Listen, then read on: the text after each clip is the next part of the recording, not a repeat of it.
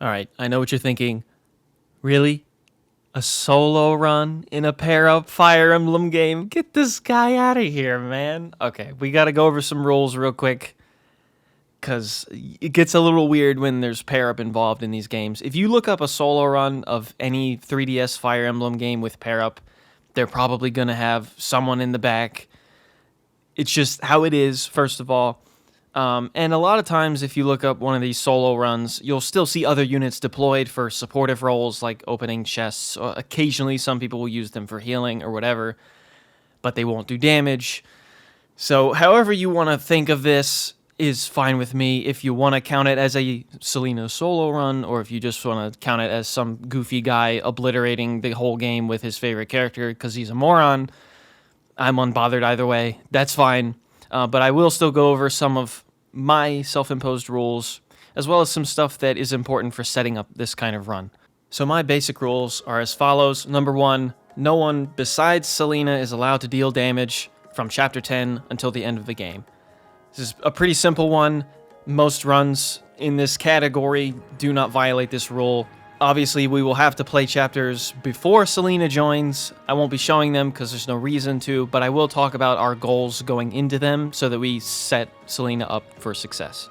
And number 2, we are not using any DLC or path bonuses. My personal opinion, though, if you want to use dragon herbs for a run like this, I don't mind. I feel like that's just an added layer of consistency when this game doesn't have a fixed growth option. But the other stuff is pretty game warping, especially because the boots are boots, and Dread Scrolls and Darkfire Scrolls are the only things that can get you into those classes. No other unit in the game has those inherently, so it kind of changes the ecosystem a little too much for me. We'll have plenty of time throughout this whole video to talk about her, but let's start with a little info on Selena. So, first of all, why Selena? I mean, it's not because I like her or anything. Baka! Truthfully, though, she is my favorite character in Awakening, and I guess by proxy, my favorite character in Fates. That's a big part of it, I won't lie. I do just like her. But in gameplay, I actually find her class set pretty cool. I like that she can fit into a lot of different team compositions and fulfill different roles, depending on your level of investment. She's just really fun. I find myself using her in some way every playthrough of Conquest that I do. And I love how versatile she can be, but I wanted her to be the solo carry for this run. Selena generally will have very good speed and surprisingly good defense as well. Her main drawback, if she has one, is just that her strength is not fantastic. A lot of the classes we'll put her in through this run will only have a strength growth of 45%, which is okay, it's fine, but it is subject to some RNG, so you gotta do everything you can to make sure that you get as much as possible. One thing that is nice, though, is that she starts with the skill Strong Riposte, which in this kind of run, when most of the combat she does will be on enemy phase, it's not bad. It's not a bad start. But along with that, she will get some more damage skills through Baruka Friendship to get into the Wyvern class tree, which will give her Strength +2, and Trample later down the line for a +7, as well as she just has a staff class inherently, so with Falcon Knight we can actually do some funny stuff on Chapter 26 with Entrap and Enfeeble and stuff like that, which is pretty cool. So the last variable we have to set up is basically Corrin. I named Corrin Zeus for this run because no one brings the big strength like Zeus Fire Emblem. Welcome back, my FE6 GOAT. Corrin selected a plus strength minus resistance build for Boon and Bane, and the Samurai talent. What this does is it manipulates Corrin's pair-up bonuses to cater to Selena. You've probably seen this build before if you've watched some other solo runs. It's a common option. In the Berserker class, Corrin will give Selena at S support +8 strength, +3 speed, and +2 defense. And when you factor in Corrin's personal skill, that essentially goes to +10 strength, +3 speed, +4 defense, +2 resistance. If you want to think about it that way, it's kind of insane. And we want her to get into the Samurai class line because that's just more damage tech. You probably see where this is going. We can get her Life and Death, which is my favorite skill in this game because it's just so funny, and Sword Fair, which is a +15 damage, as well as Vantage. which is really, really good if you can get to one-shot thresholds, which she will do. So she actually has some good options already, but we're just giving her more damage, because that's really the only thing she wants badly. Now, in case you haven't gotten there yet mentally, I did say Corrin will be in Berserker as a backpack. The way we're doing that is we are getting an A support with Arthur in the chapters before Selena joins, and if we need to, we can use the private quarters to get the last few points. So that way, Selena can still get the Samurai class line, but Corrin can be a better class as the backpack, which is one of our goals for before Selena shows up. Our other goals include getting Corrin 50 kills before Selena shows up. This is not hard to do at all. I think he got it by the end of Chapter 7. The reason for this is because Corrin's boon is Strength. If we upgrade his statue to level 2 after getting 50 kills, it will boost Selena's strength cap by 1. Fate's characters have modifiers on their stat caps per class because of stats that they're generally good or bad in, and Selena actually has a -1 strength modifier on her stat caps. So by doing this, we actually just bring her back to the standard strength cap, which is nice. It's not strictly required, but it's helpful. And our last little goal is to get Silas to level 10. Not hard to do at all either, but it is part of the Chapter 10 clear because that chapter really is basically near impossible, if not impossible, to truly solo run, especially when your solo carry shows up on like turn 3. We're going to have to deploy other units for that, and Silas having a promotion is a big part of that. So yeah, I think that's everything we have to go over here for now. We'll have plenty of time to talk as the run continues, but thank you for clicking on this, thank you for watching, and I hope you enjoy. Okay, so the first chapter in this run is going to be Chapter 10. This definitely took a little bit of figuring out, just because Selena doesn't join until the start of turn 3. So we are going to get 2 houses. Elise is going to get the house on the left for the 10,000 gold, and Niles got the house with the Master Seal. That Master Seal will immediately go to Silas to promote to Great Knight. I needed someone to tank on the right side effectively, and Silas just tends to be the best one to do it. He has no risk of being doubled, and has insane defense after promoting. I tried Effie over there too. She can work, I think, if promoted. The thing I worry about is just her maybe having too much defense or not enough speed. Silas just tended to work the best. And then the rest of the crew is just kind of delaying the onslaught here. Arthur is going to tank some hits from the ninjas and make the Pegasus Knight take a slight detour to the left so that they can't seize on the next turn, which is very nice. And then Corrin with the Dragonstone, Demoiselle, and Felicia Personal will not take damage, so no one attacks him in the space he's at right now. But there is the Selena crew. We are now going to move back. And first, Camilla is going to take a bunch of tonics for herself, Baruka, and for Selena. Selena only really needs the defense tonic, but Baruka and Camilla will take both HP and defense, and we're just going to kind of wall up. Selena will get a combat in right here. She will kill this first Oni Chieftain, or Oni Savage, whatever they're called. That one has lunge, so we want to get him out of the way since he'll be kind of first in line to the big gathering at the top. We don't want him lunging people off of the defend tiles. And then from there, like I said, Silas is just easily tanking on the right side. That will get a little more problematic once the water goes out. Keep tonicking up with Camilla and Baruka. And then now we will take some damage on Corrin now that we have to eventually unequip the Dragonstone and Demoiselle is no longer in the picture. But everybody else will generally be fine. But as I said, having Arthur there in the corner did prevent them from breaking that wall for like a turn or two, which is kind of worth. We're going to be taking a lot of attacks from the ninjas. I've seen them go for Arthur and Effie, but this run they tended to go for Corrin instead. Either way, it's fine. I've seen Arthur tank through this, even taking crits, and like it doesn't matter. He's just kind of built like that, I guess. And then the exception to that is you'll see 2 Pegasus Knights come at 1 range, which is nice because they also do no damage. And then there's going to be a 3rd ninja here that will attack Camilla, purely because he has Poison Strike. So, you know, it's not actually dangerous, but like he will just do it every turn. You'll notice I am very generous with Volning, because as soon as you get to some lethal combination, they will switch up their formation and just kind of destroy somebody. So even though, like, yeah, I technically probably don't have to heal Camilla just from a Poison Strike, you're going to see me do it a lot. And same with Corrin or anybody else that gets attacked and takes damage. Other than that, we're fine.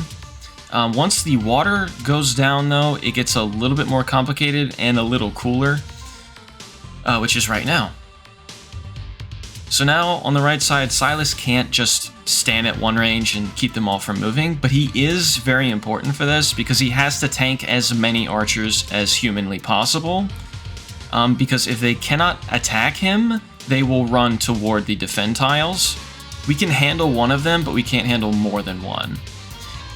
And the cool part about the one ninja that keeps attacking Camilla is he's building her a guard gauge, which actually makes for a rather cinematic moment at the very end of the map.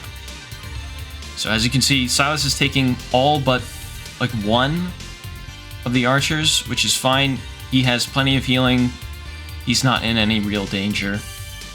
The only thing you technically have to watch for is if that spear fighter was attacking Silas from the north or the south instead of to the left of him. You do have to watch for Obero at a certain point, but usually that's not a problem.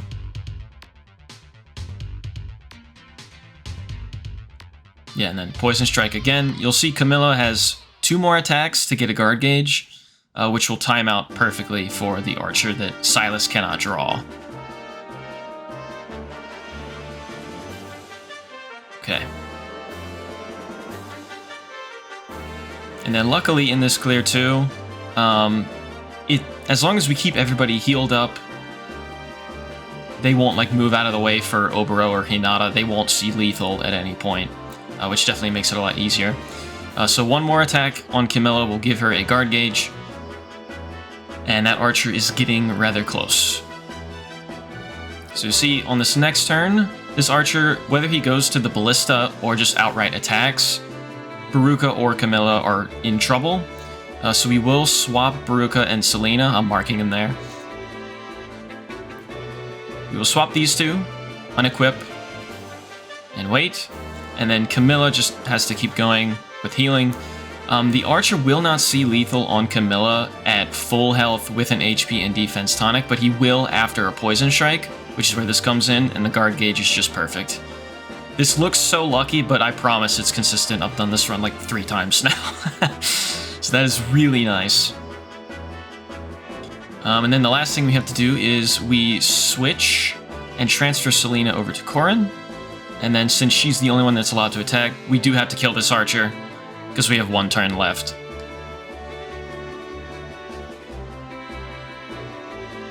And then Camilla is just going to trade away her sword so she doesn't attack anything or face weapon triangle disadvantage from the ninjas. And we're basically out of there.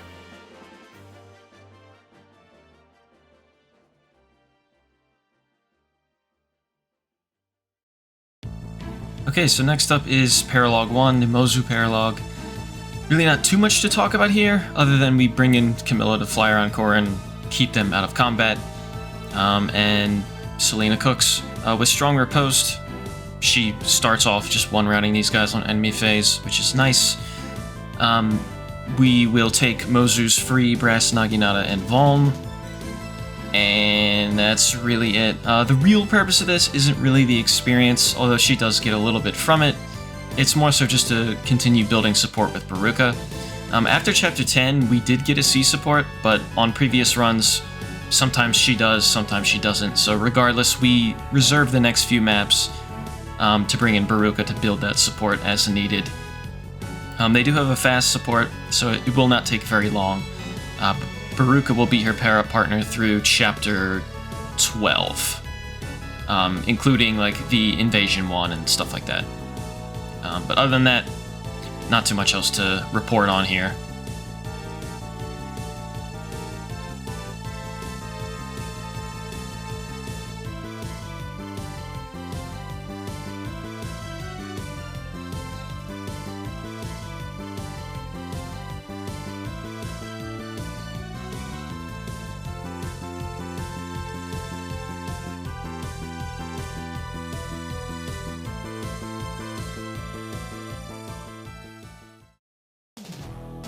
So Chapter 11 is a bit of a longer one, so we will be supersonic racing with some of the footage here. She does completely fine in the Rinka room here. We are basically getting to level 13, and then we're going to be promoting. She can do this fine, get a free level. It's, minimal gains, but it's no big deal. Doing the rest of this map in Merc would be pretty awful, though.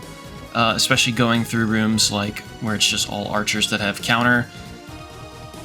Really awful, really not ideal. So as soon as we hit level 13, which will be in a second here, we will promote to Bow Knight. And this is important too, because by promoting early, it means we will get a lot of the higher level skills earlier. And it's really important that she gets Life and Death on or slightly before Chapter 20. That's when it starts to really matter, and she needs that bad. So on previous runs, I've promoted her at 12, but 13 works just as well too. If you promote at 12, she'll get Life and Death on like the Kitsune map, but this works out fine too. But having bows for this really helps for basically the rest of this clear, except for like the room with the ninja, the mage, and the samurai. That one we will still be using swords for, but the stat increases are nice, the movement is nice. And then as you may have noticed, we brought in Azura just for passive healing, basically just because in her base skill set with Good Fortune from the Mert class line, she does have passive healing, it's just inconsistent. So just to make it a little faster, just to get through it, because this map is already pretty long. But as you saw, the archer room, now that she can use a bronze bow, is like super easy. She just like tanks the whole thing basically. And kind of a similar thing with the Kaze room as well. She will not double, I think any of them actually. She's like a little behind on speed, I think, for right now. She is tonicked on like the notable stats, but she does two-shot Kaze and all the other ninjas, so it's fine. They really don't do much damage anyways.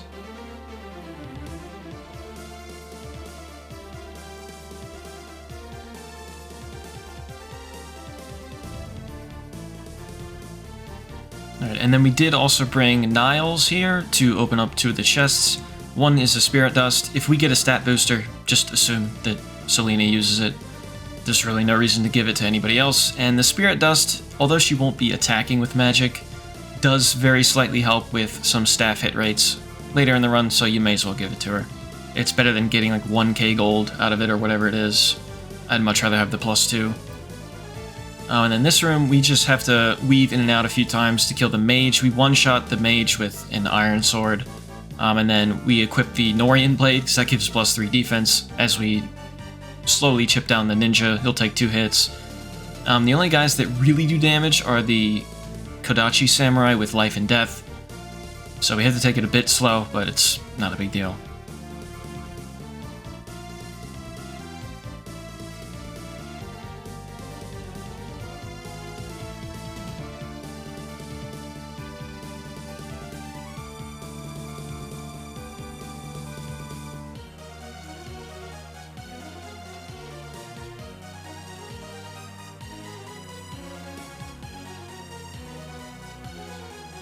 Okay, and then for this last room before Hinoka, she does not one-round Azama with a bronze bow. If she could fight him on enemy phase somehow with strong riposte, I think she would. But he does not have a weapon to attack us with, so that's just not happening. So we just bait the Hexing Rod, whatever. She might be able to do this with being Hexing Rodded anyways, but, whatever. We're going to be baiting stabs later in the run anyway, so, may as well do it here too.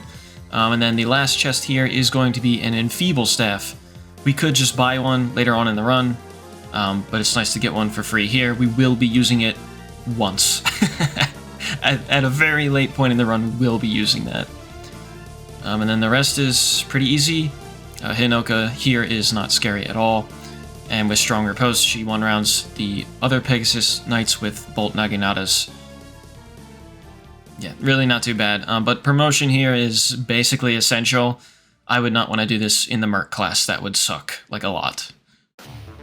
So next up, we did Invasion 1, Tonic Up, Baruka Backpack. That's really it. The only thing we have to take into account here is the boss has Armored Blow and Lunge. So we want to sort of chip down his health earlier in the map before we have to guard the defend tile. But as long as you do that, it's completely fine. We don't want him surviving and then being on the defend tile and losing Invasion 1. That would be really cringe and embarrassing. But I think after this, we did get the A support with Baruka. In the event that we didn't, though, we plan to bring her into Chapter 12 regardless, so there's a lot of leeway for getting that A+ support. Yeah, other than that, I mean, it's just really easy. You just kill stuff, that's it. And then Goddess Icon for free is nice. She will be using that. No reason not to. I like you just a tiny bit. Don't let it go to your head, okay? Chapter 12 is the first chapter where we make use of the Arthur A support I talked about for Corrin to get him into the Berserker class line, so that Selena gets some insane pair-up bonuses, at least for this first part. For the majority of it, she will be paired up with Baruka, though. This, as I said at the very start in the intro, gives +8 strength, +3 speed, and +2 defense, along with Corrin's personal, which is essentially making it 10 strength, 4 defense, and 2 res, if you want to think about it that way.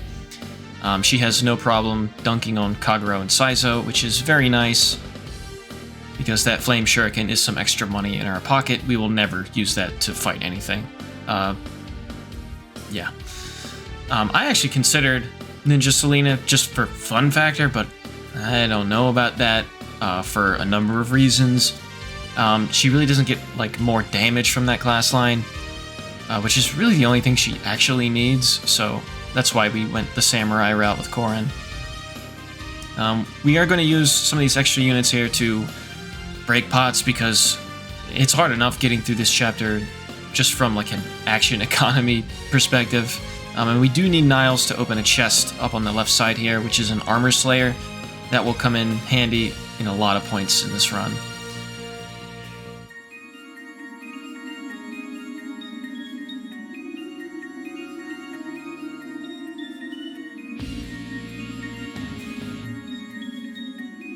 And then we do kind of have to keep a good pace, just because I don't want the archers in the back coming and attacking all the other units too.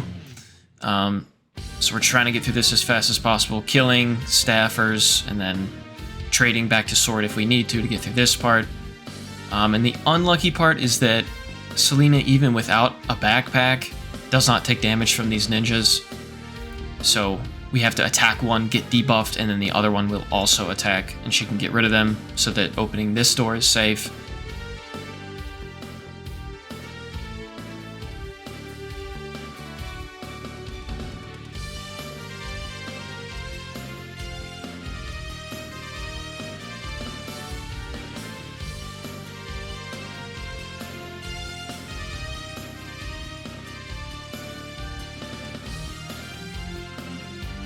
And then Laszlo's rally actually kind of helps here too, because it does get her to double the second one, which is nice.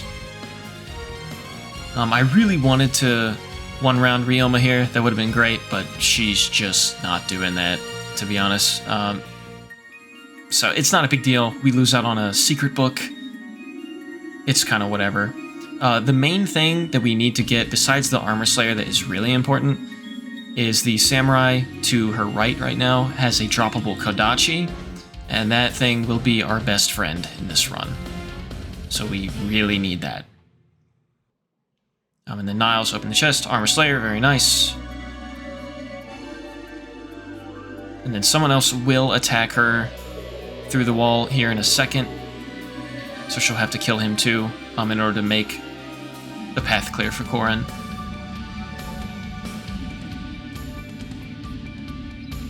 So yeah, kill him.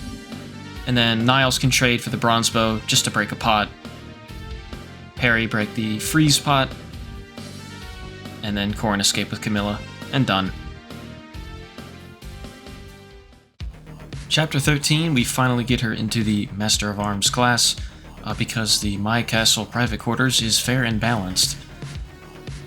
This is nice because we can start working on all 3 physical weapon ranks, where Hero would honestly accomplish a similar thing. We can't get our Lance rank up in Hero, and that will come into play a little later, because on this map we do get the Blessed Lance, which once we get to C rank lances will be free healing, and we won't have to buy nearly as many vulns and whatnot. That'll save us some money, and some actions as well. Charlotte and Benny show up, but not for long. They have somewhere to be shortly, so we're gonna take their stuff, we're gonna sell their stuff, and they're gonna go on vacation, let's say. One thing about this map is that a lot of the wyverns actually, I've never taken a super close look at these wyverns, but they're actually really weak for the most part. Selena, even equipping a lance, will take no damage from them, so they kind of block the path sometimes. But the Armor Knights will all attack us and die to the Armor Slayer, which is nice. We do get all the houses. They aren't all important. As I said, the Blessed Lance house is pretty important. There's one that gives, I believe, 5k gold and a Master Seal. And then the other one that is pretty nice is the Arm Scroll house. That does keep us from having to grind staff rank for a really long time. We actually only need to get our staff rank from E to D rank, and then this Arm Scroll and an Arm Scroll later in the run that we don't have to buy will get us to the B rank that we need. But as you can see, the wyverns are just doing nothing. No matter what we equip, those won't attack us or do anything. Some of them do have quick draw, and they will attack, but even then they're not scary at all. To be honest, there's really nothing on this map that's particularly scary, except for Orochi, which we made sure to one-shot with an iron, because she hits for like over 20 damage. And then Takumi does have a very low % chance to crit, but when we fight him, we make sure that we can survive a crit, so it's not a big deal either. But other than that, it's just training weapon ranks, getting some houses, routing the map, etc., etc. Also, another big thing too that we do get on this map is we get 2 samurai skills out of the way, which is Duelist Blow and Vantage. Vantage is not the end-all be-all right now, but it does help the sooner you can get it. Prevents us from like potentially healing and stuff like that if we need to just enemy phase things. And with Stronger Post, actually, even in like the next map, she will start one-shotting some enemy types. Not all, but a lot of them she will, with Corrin pair up and whatnot. So that's nice. But other than that, not much to say. This one's not bad.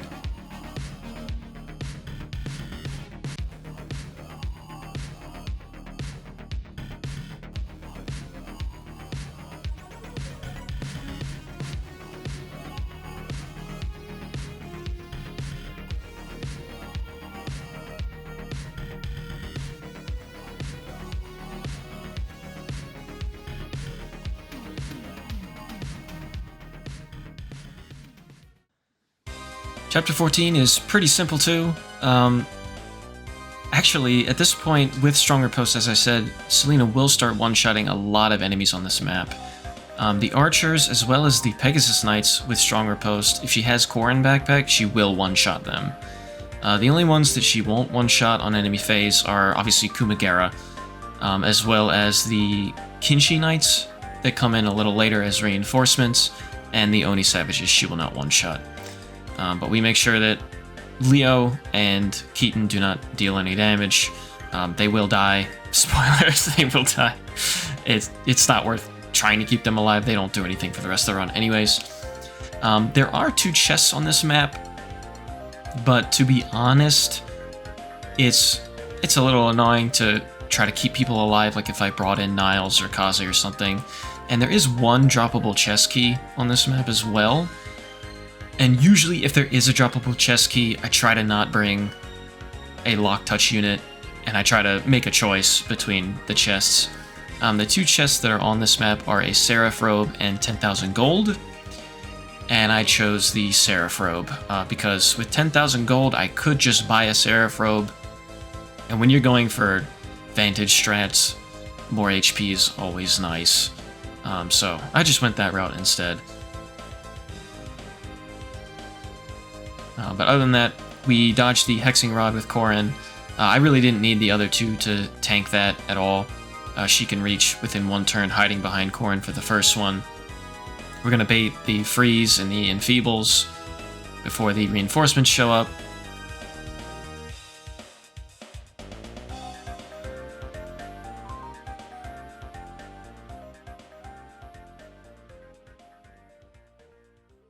And then once you come down here and attack one of the Onis, the reinforcements will come through.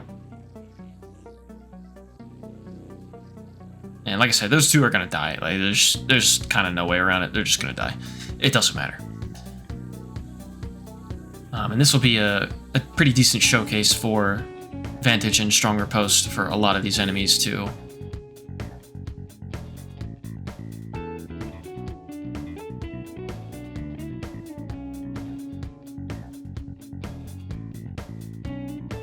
Goodbye, Keaton. Sorry, bruv. Sorry, Leo.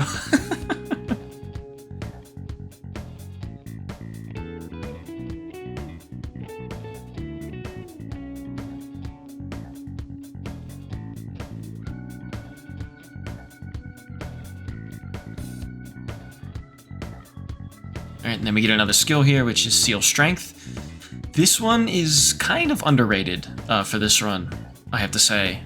It definitely helps with certain maps, just from keeping enemies off you after the first bout, which, I mean, I don't know if you want to call that AI minute, but it kind of is in a weird way, given that if a unit is doing 0 damage to you, then you know they won't attack, so it does make certain sections a little bit easier.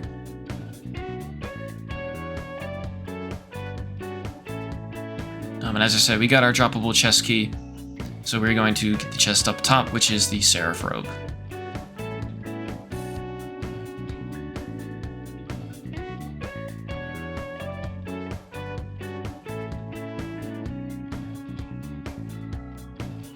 And then we are completely fine to just one round Kumagera with an iron, so we get entrapped on purpose, and map is over.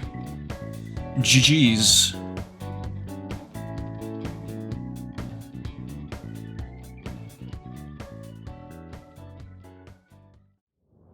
So now we're at chapter 16. Obviously, we can skip 15 because it's just the Corrin, Gunter, Azura map.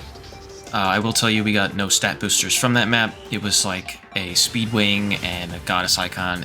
There might have been a Spirit Dust and like a droppable Valn. It's not stuff that's like so important, so I just kind of blazed through it. The first move, we get Xander out of the way, just so he's not taking hits with Camilla, and then Selena just goes to the right side. The right side is much harder to take down than the left, so we kind of start there first. We're already not going to get too much money from this map. Doing it ourselves, it is kind of tough when you don't have unrestricted 1-2 range. And this is the map that I think Vantage goes from being nice to basically being necessary.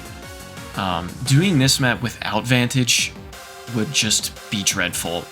Especially when you get to the left side of the map with all the sorcerers. They hit like absolute units, and Vantage really, really helps us survive all those. You'll see we have a new forge. That is the Iron +2. We will be using that for a good portion of the run too. I just thought it was a funny forge name.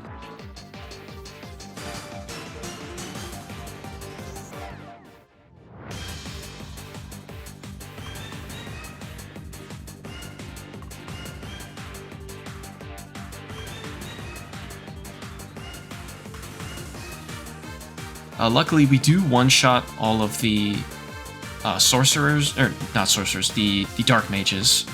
The sorcerers and the berserkers will be two-shot by the Kodachi, so we really have to watch our health in terms of Vantage and our guard gauges when we do eventually get over there. But once you get through like the first bit, it's not too bad.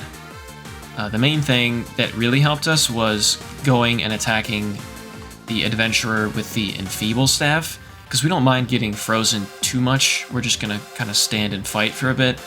But if you stand in attack range of him, he'll attack you instead of using the enfeeble, which makes everything else a lot easier. So we talk to the first guy, and then keep on trucking. Then we can one-shot the other guy. Not that he's freezing us anymore, it's long past that.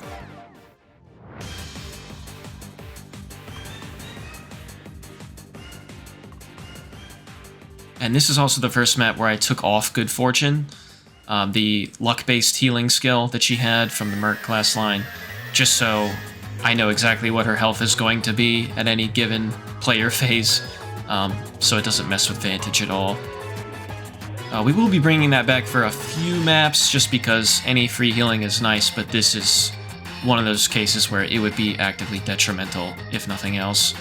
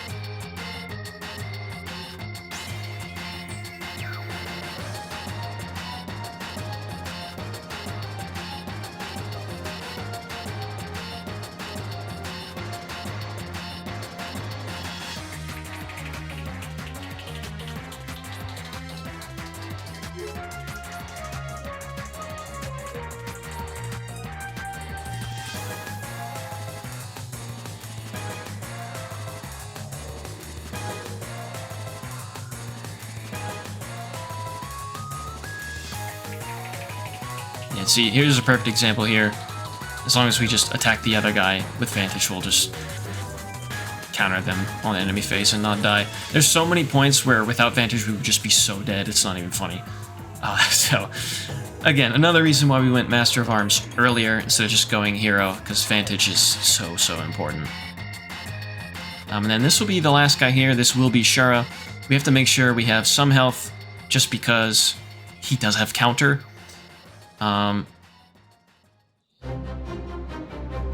Yeah, just, you know, be careful of that. And I was just double checking his personal. I always forget what his personal is in the moment. We are completely fine. He does no damage to us. Especially after the Seal Strength as well. You know, it's fine.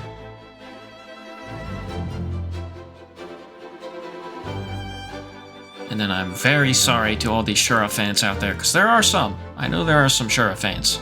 But we will be taking the boots. Sorry about that. I want that +1 move.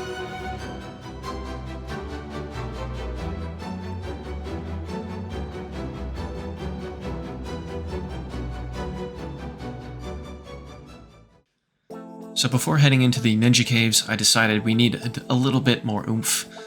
So we do Kana's Paralogue first.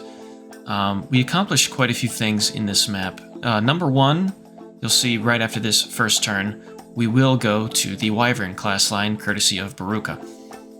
We will get Strength +2, Lunge, and Rally Defense on this map.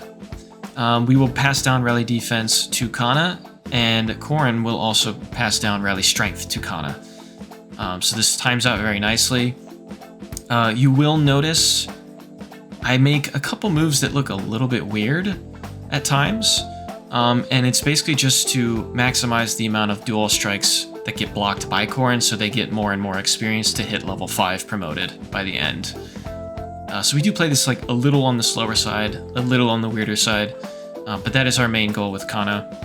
At the very end, you will notice after we get Rally Defense, we swap to Malignite just to get Savage Blow out of the way. We won't get it at this map, but we will get it at the very start of the Ninja Caves. And then we will be going back to Master of Arms. It is really important to be in Master of Arms again for especially Chapter 18. But I think it's overall better to be in Master of Arms for 17 as well. So this is a good time to just get some skills out of the way. We never need Swordbreaker at all from the Wyvern Tree, but we will need Trample, but that can wait until later. We're not close to level 15 really quite yet. So when we do need to go back to Malignite, we'll only have to just squeak in one level quick and then go back. But other than that, it's not too bad. We can tank most of this stuff here, and the Blessed Lance is free, healing whenever we want it. We also put back Good Fortune for that same sort of reason. We're not really going for Vantage strats here. We're just kind of slugging it out till it's over, trying to maximize the amount of experience that both of our units get here. As well as working on weapon ranks as well too. Because in the Ninja Caves, and I'll talk about it more once we get to Chapter 17, but in the Ninja Caves there are plenty of enemies that actually don't do damage to Selena, but they will still attack her because of Poison Strike damage. And having the Blessed Lance does help, simply because even if they aren't doing damage, the fact that they're Poison Striking and getting us to like 1 health will be problematic for enemies that do single digit damage to us, so getting C rank, or as close to C rank as we can right now, which we actually already got, is very, very helpful. That's another reason to come here before the Ninja Caves, just to get C rank lances. And our axe rank actually has been pretty low this whole time too, so the moment we can use a hand axe is also nice. But just gotta watch your guard gauges for the archers, of course, being in this class. And then we can normally one-shot the Onmyojis with a javelin at this point, which is also helpful. It will look that way for a lot of the run going forward, so bam, nice.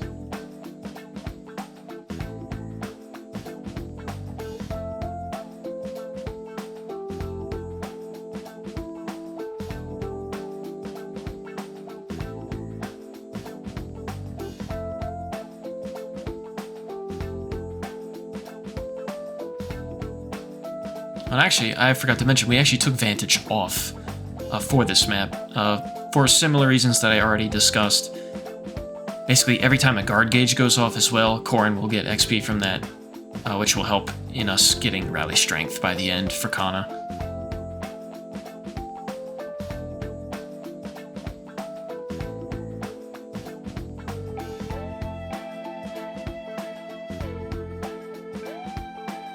And there's our Rally Strength. Yeah, just for anyone who doesn't happen to know, Kana doesn't actually have to live through this map. They'll still be recruited by the end, which I didn't know on my first run. That would have been nice to know. And it's also cool because if you know that you're going to get certain skills that Kana would like to inherit, by the end of the map, you can plan for that as well. So as long as we keep Rally Defense and Rally Strength as the lowest in our skill slots, Kana will get them at the end of the map. She doesn't get the skills that she showed up with on the map. It's whatever you end the map with, which is pretty cool, actually. So for Chapter 17, we are starting in Malignite. We are 7 XP away from getting a level up, getting Savage Blow, and we're going to go right back to Master of Arms. As you'll notice, we have no problem one-shotting the ninjas on this map with a hand axe. The Master Ninjas, we won't one-shot, at least right away. I forget if by the end we do, or we definitely do with Strong Riposte. The only thing you really have to watch for this is a lot of the enemies will not do damage to her, so they won't attack, which is helpful, I guess. but they will still attack even through 0 damage if they are like poison striking. And even the Master Ninjas, if they poison strike and debuff, they still will do no damage to her as long as she's holding an axe. The problem comes up when you get debuffed and poison striked a bunch of times by Master Ninjas and then fight a Mechanist who does like 4 damage or something. That can kill you. So you have to pick your fights a little bit wisely. Same goes for the Sword Masters as well. They will do some damage, so be careful of those. One thing that is nice is that Seal Strength, if we fight a Mechanist and don't one-shot it, which will normally be the case, and we Seal Strength them, we know they won't attack us, at least for a couple turns, or it's just, you know, free kill, if that's the better decision. There's Savage Blow, takes Savage Blow off. We went back to Vantage, because that is a big deal in this map, unlike the Kana Paralogue. There is one Mechanist on the right side that we will one-shot, but that's because he has life and death, so you know, it's almost like a preview to the Selena build later. The real scary part of this map is not any of the stuff I've talked about thus far, though. The real scary part is the boss, Kotaro. I'll talk about him more when we get there. For now, we're just carefully sort of making our way through, making sure we at least can one-shot or one round most enemies. There are 2 chests here as well. One is, I believe, 5k gold, the other's a Master Seal. Not important at all, we don't get either one of them. There are no droppable chest keys, and I don't think it's worth, like, trying to bring in a Lock Touch unit just for that. It's really not a big deal. So I just skipped out on those. And our weapon ranks are looking a little better, as you can see. Master of Arms caps out at A rank swords, B rank lances, and B rank axes. So we will get there pretty soon naturally. We don't have to like hyper focus any one of them anymore. We have all the important weapons that we really need. As long as we have D rank axes, that's like basically all we need. But we have C rank lances for the Blessed Lance. We can use javelins. That's pretty much it.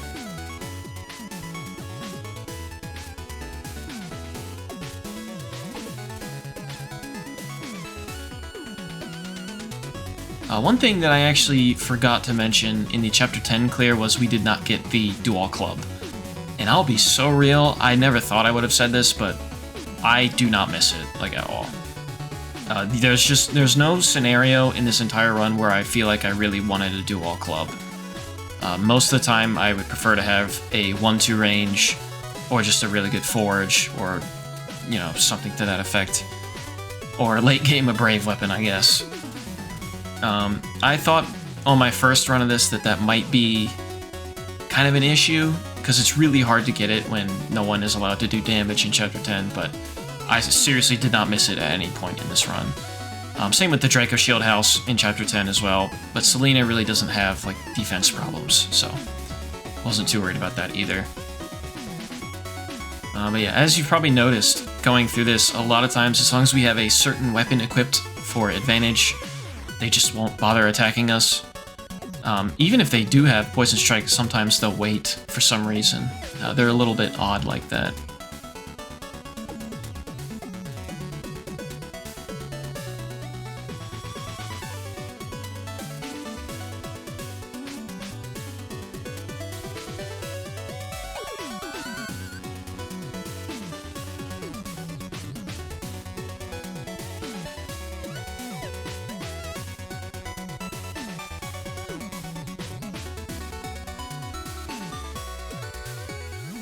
Yeah, once we kill that guy, it'll be the last wave of reinforcements.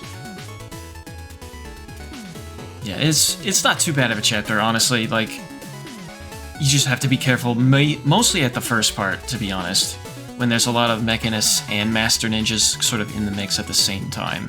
That's like the only part, other than Kotaro, where you can actually die. But if you're just dealing with one or the other, it's a pretty easy clear. And even these guys, like, are not scary at all. He has a dual katana, but he's still not even going to bother attacking us, even if we have a lance equipped. It's really not scary. And the Seal Strength, if we attack him from 2 range, means they're just not moving after that either. There's the life and death mechanist that we one-shot. That's always fun.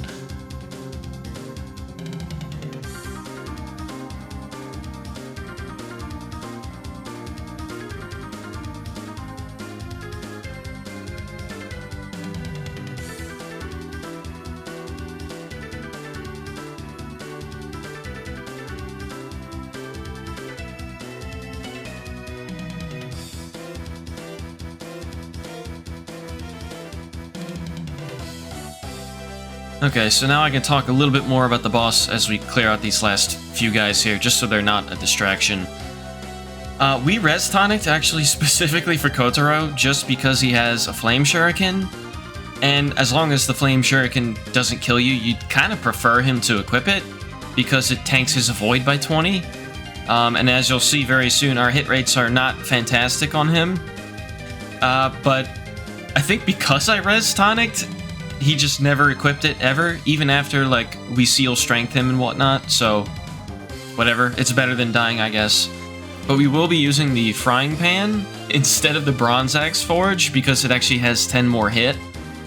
And when we're pulling an 80 on player phase and a 50 on enemy phase for a perfect kill, you want every point of hit you can get. If we happen to miss on this enemy phase, we will live, but we have to just reset and heal with the Blessed Lance.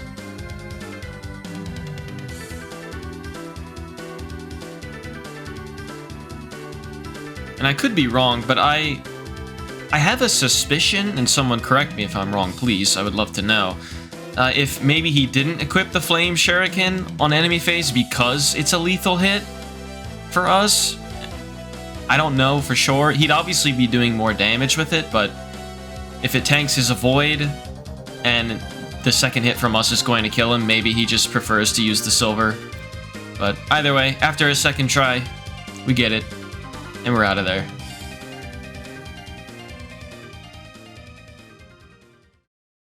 Chapter 18, we are going to bring in some additional units here, being Camilla and Niles. They're going to do a couple things for us. The most notable thing is there is a chest on the right side of the map that is an energy drop, which is really important, especially for a life and death one-shot build. Any amount of strength that we can get is super, super big. Our very first move here, we bonk a spear general with the hammer, and then we will just destroy everything else around us except for that hero. And then we can just go to this left side here and clear out these two generals. And this hero actually has Duelist Blow, so we have like a 30 hit on him or something. Somehow we hit both. We have an extra turn to spare to kill him anyways, with a sword if we needed to, or whatever. Niles and Camilla are also baiting this Enfeeble on the left side, and right here they will block off the two stairs there for reinforcements. We will fight this guy, seal strength, and then one-shot the Bow Knight with the Kodachi. And then we just attack the one we seal strength because he will do no damage anymore, and we'll one-shot the other guys with the Beast Killer. We have to move Camilla down here as a very slight AI manip so that the Paladin reinforcements will go down instead of to the left, so they will come toward us. We have a guard gauge now, so we can just enemy phase this first general. He will equip the axe and will do a little bit of chip damage. And then on the next player phase, we can one-shot him with the hammer, and then the other guy will die to the hammer on the enemy phase.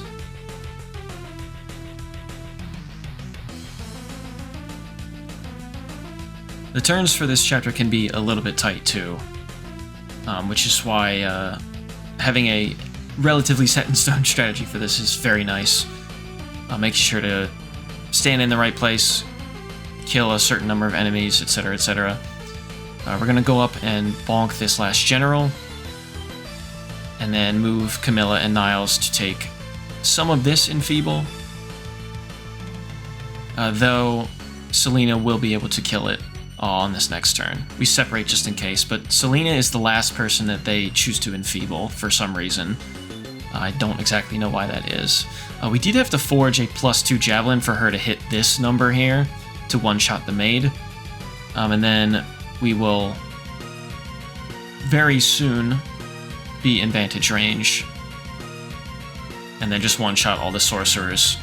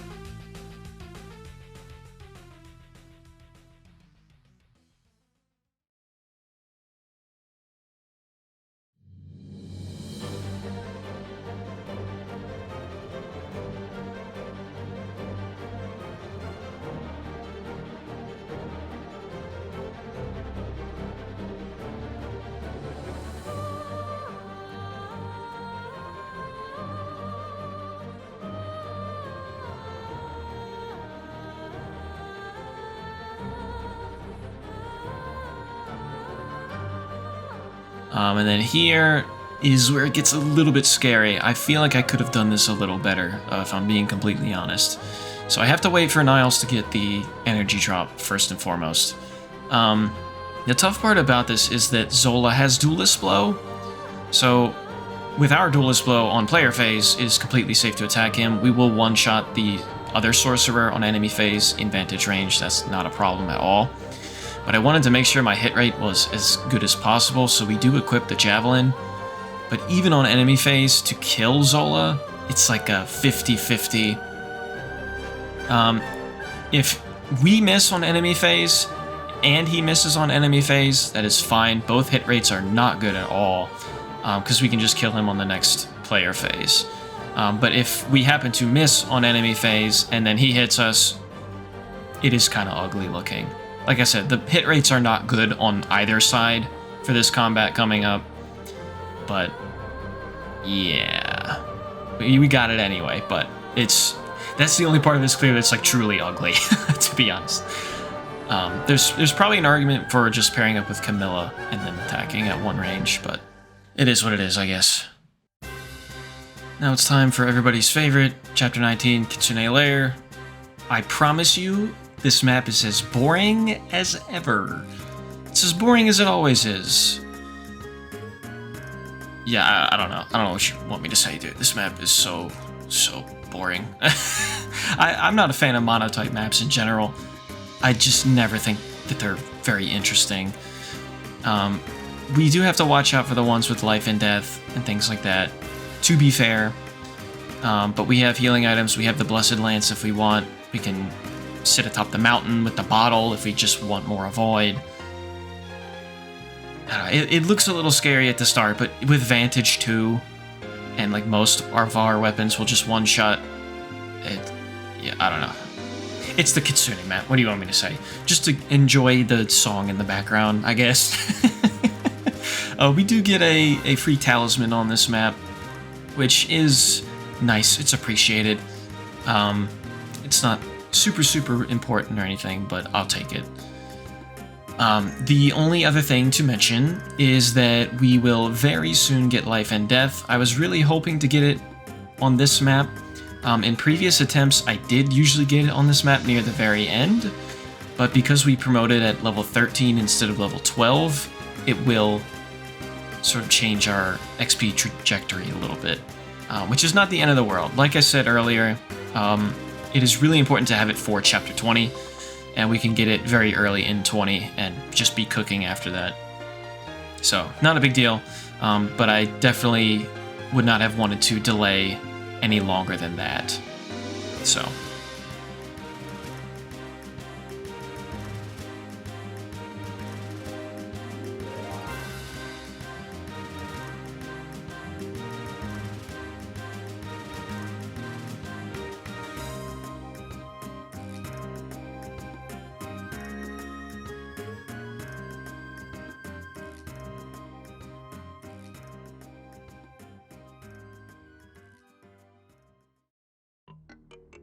So we have now reached the all-important Chapter 20. We are one level away from getting Life and Death, the whole point of this build.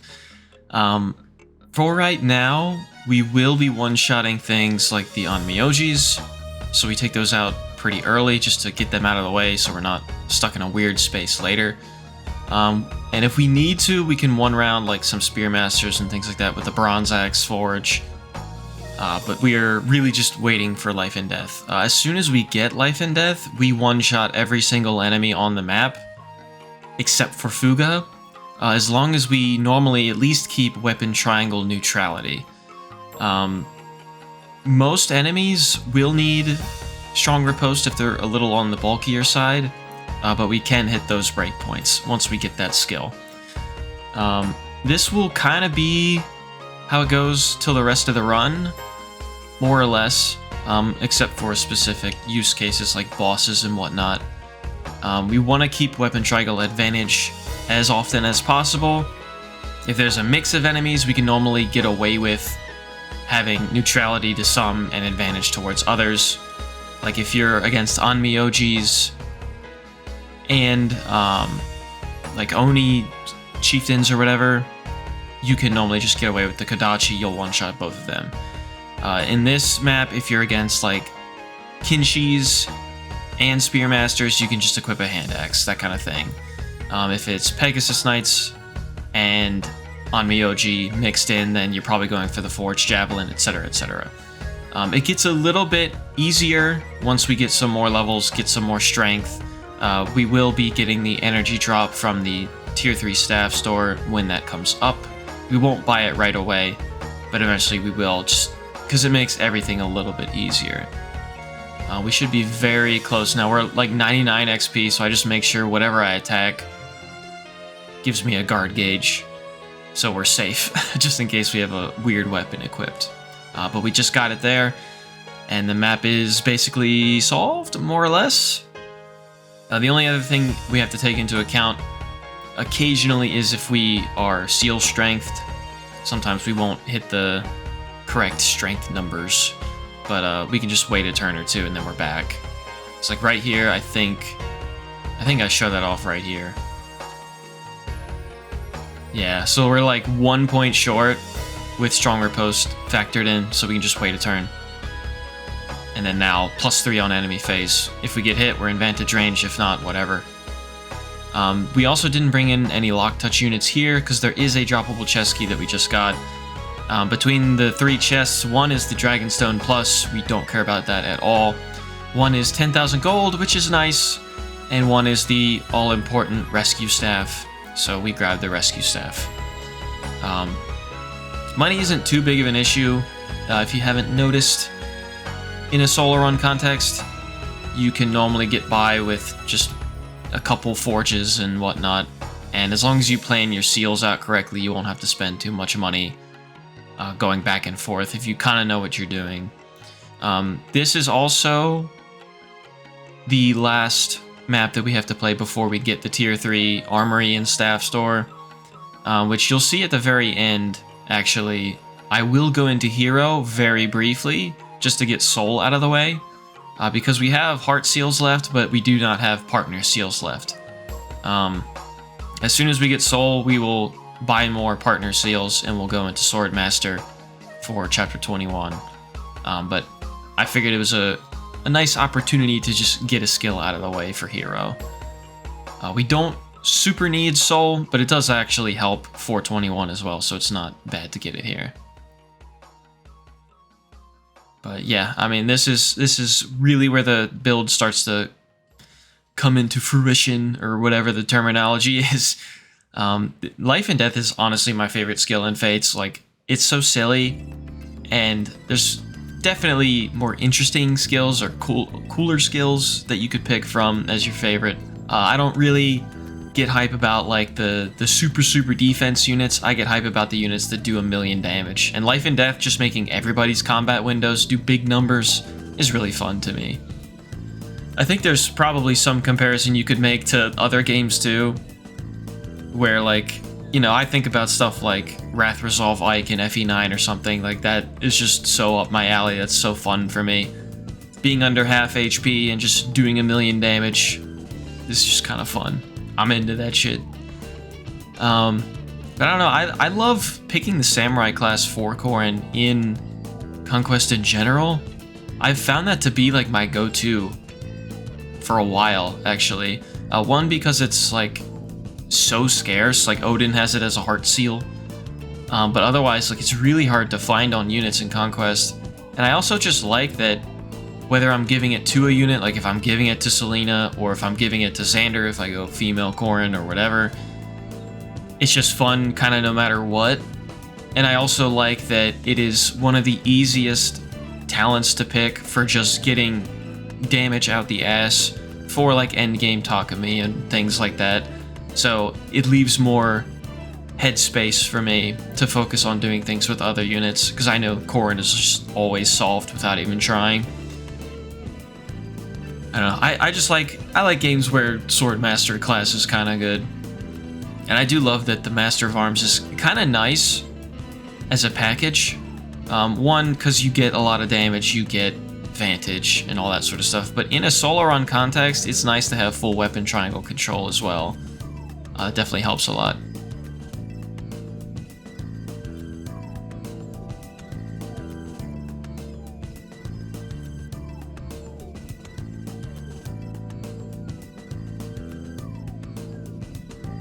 So you'll see here we're level 15 at 92 experience. I'm like, you know what? We got heart seals to spare. I'm not too worried about that. We are gonna full heal while we can equip lances. Just use the Blessed Lance for a couple turns. There's no more enemies coming in. We just killed the last of the reinforcements. We got our rescue staff, so we can go into hero. And hero also gives us +4 skill, I believe. I'll look really stupid if that's wrong in a second. Yeah, +4 skill.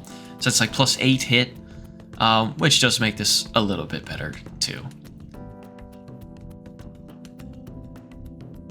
And then I'm just, like, thinking, like, oh, well, yeah, if he procs Soul, then, like, that kind of sucks, but... yeah. She's got it. She's the GOAT. That's why she's the GOAT! The GOAT! And just an amazing level up. I was like, please get strength. Yes. We got it. Hell yeah. The Secret Book is also appreciated, because her skill is not fantastic.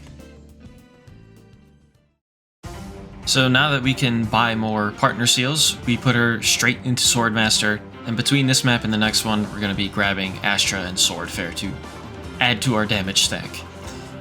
We took off Life and Death for this because we just don't need it, and we kept Soul on, as well as things like Seal Strength, to just keep our sustain up as much as possible. This map really isn't too scary. The Stoneborn hit rates are usually very bad, and Seal Strength will also help keep them off us. The first couple faceless we fight do have Swordbreaker, but if we miss way too many times, that's a really easy reset. After the first bit, it really won't be an issue at all. Between just hitting twice or getting a crit or whatever, it's completely fine. This is a super easy clear.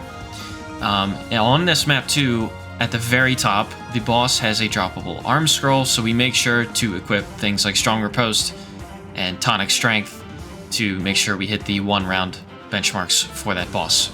That arm scroll will come into play for our staff rank, which is very, very nice. There's Astra right there. Astra isn't super important in general. We leave it on now just because it gives us extra chances to build guard gauge. It's nice. Vantage really isn't important here, like at all. We just want to stay alive and march on through pretty much.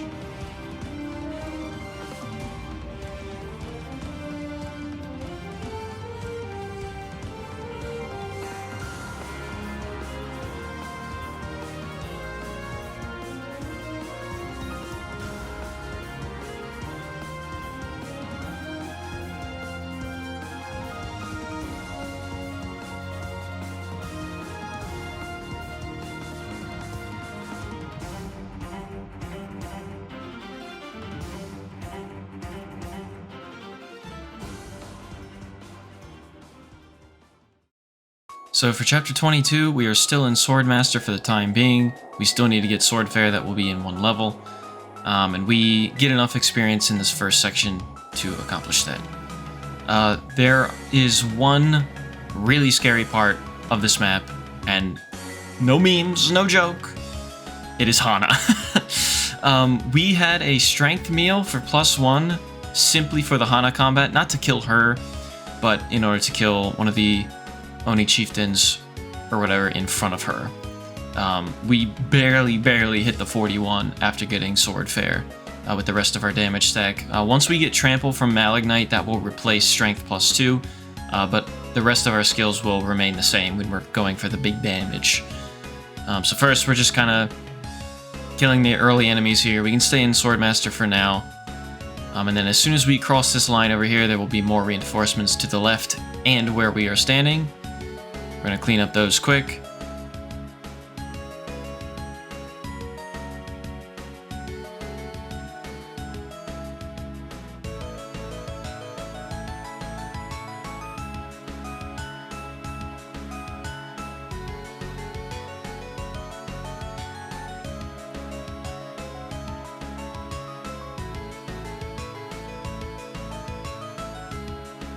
Alright, and then now we just move up to bait the Freeze Staff from Sakura, so that's a non-issue. It'll only be 4 turns. And then I can talk about the Hana combat a little bit. So, like I said, we barely hit this number with a Strength Meal. That's very nice. Hana hits like a truck. We cannot equip the Kodachi right now, or else we will get doubled. If she Rend Heavens us, we do live with single-digit HP. And I believe it's a Battering Club hit rate, if we happen to miss, will be very hard to hit us. But it works out perfectly if we do hit Hana, we have a guard gauge for him. If we missed Hana there, it's just like a shaky hit rate. It's like a 50-50 basically on most runs. If we happen to miss her, we should still live. The plan after that is to go 1 space back and attack her with the Kodachi. But that is a really scary fight. So, I'm glad it went well, but we did have a backup plan for the next turn, just in case. As long as the Rend Heaven doesn't kill you, you can be generally fine.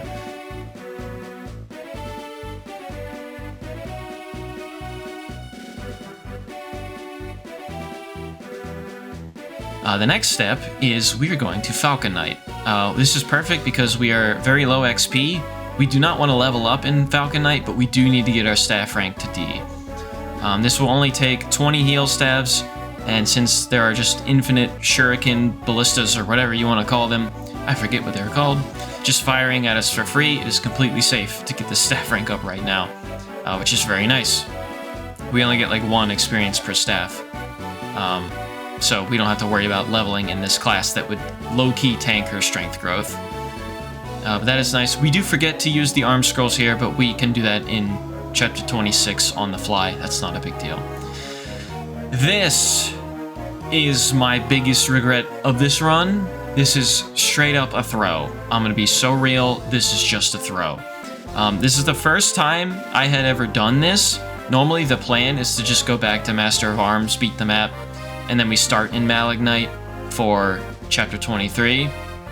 But I got super greedy, and I was like, you know what? I could save a seal if I just go to Malignite now. The problem with this is our Selena's speed is actually not as fantastic as I'm used to having it, which makes the Yukimura boss fight slightly harder than it should be. And it would not have been a problem if we just went back to Master of Arms like a normal person. But like I said, I was thinking like, oh, I'll just be greedy. It'll be fine. Whatever. The problem isn't really Yukimura. It's the fact that we take so long to kill him that the reinforcements actually do end up attacking us. And this is part of the time here where I start to realize, yeah, this was a mistake. This was kind of stupid of me. So like I said, we will live here fine. This part is not the issue. It is after this that becomes a problem. There are 2 units that get in range of her that attack her with magic. If she dodges one of them, she lives, but if she got hit by both of them, she would die.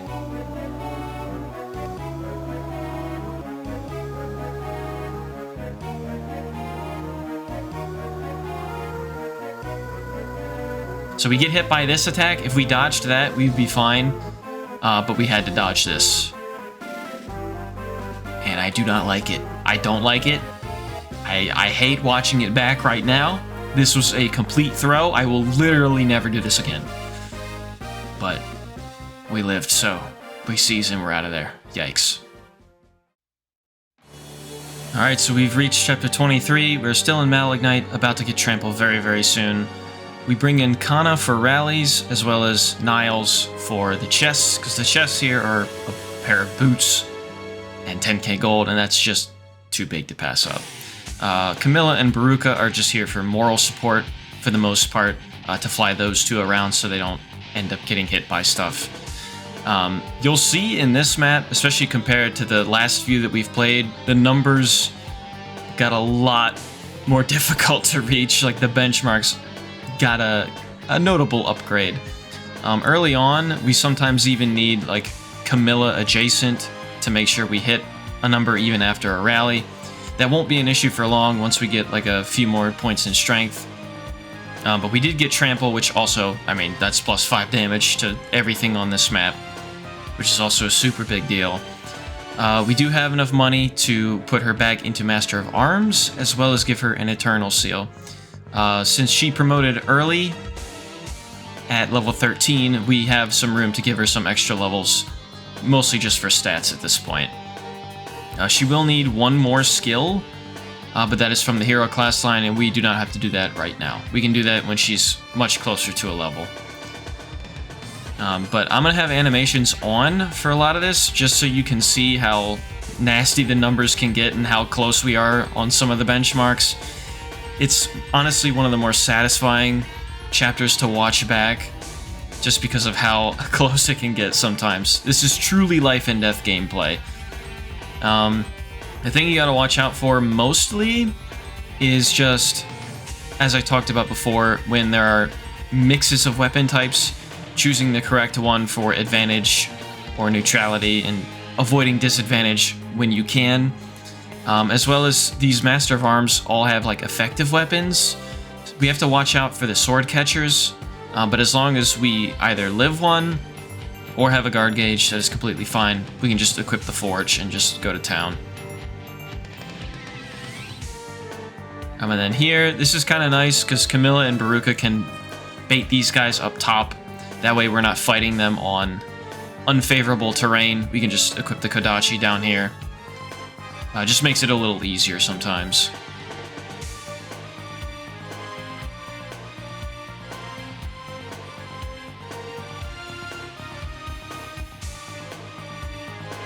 And that's a perfect example right there. If we just had one more point of strength, we wouldn't need the Camilla personal to come into play. So it won't be an issue for long, but right now it technically is. And we do need the Kana rallies pretty bad to do what we want in the top part of the map. That's also one of my favorite parts of this clear on any run. I always have someone just taking out that top room by themselves, whether it's Corrin with like 11 sword or something, or Xander, the man himself. But Selena does need the rallies to just barely get to the correct strength numbers. It's always really cool to watch back.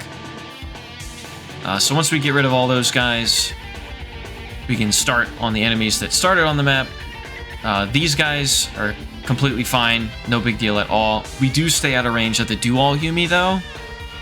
One, because it would be double weapon triangle disadvantage, but more importantly, he does have a crit rate. So we try to just fight him on player phase. We can throw a javelin at him, and then we will live the other guy on enemy phase.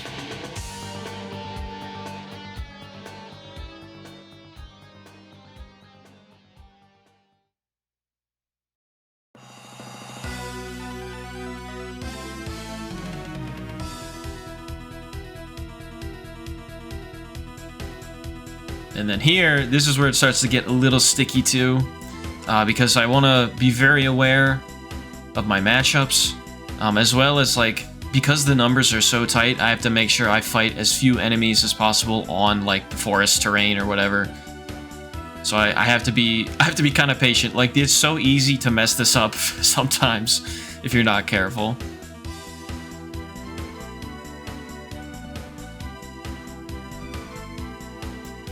Another thing to keep in mind too is some of these guys have rallies, so if you're not in range of the rally enemy, they will rally, and then they will screw up our benchmarks for the other combats.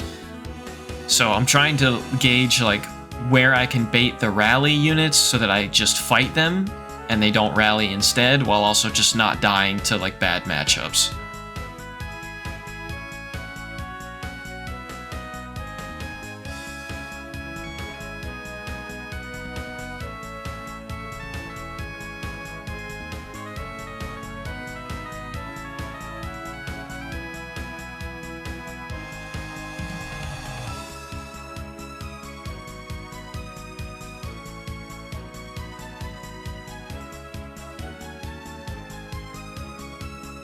As you saw, some of those hit rates were not perfect, but they're high enough to where I'm fine gambling on them.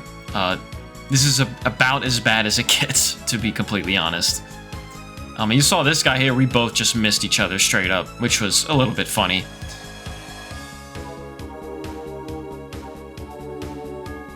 But that's not the kind of thing like I stress over in terms of like, oh, I shouldn't have got away with this, like on the end of 22. That's something where I'm like, I should not have gotten away with this. This I'm fine with, though.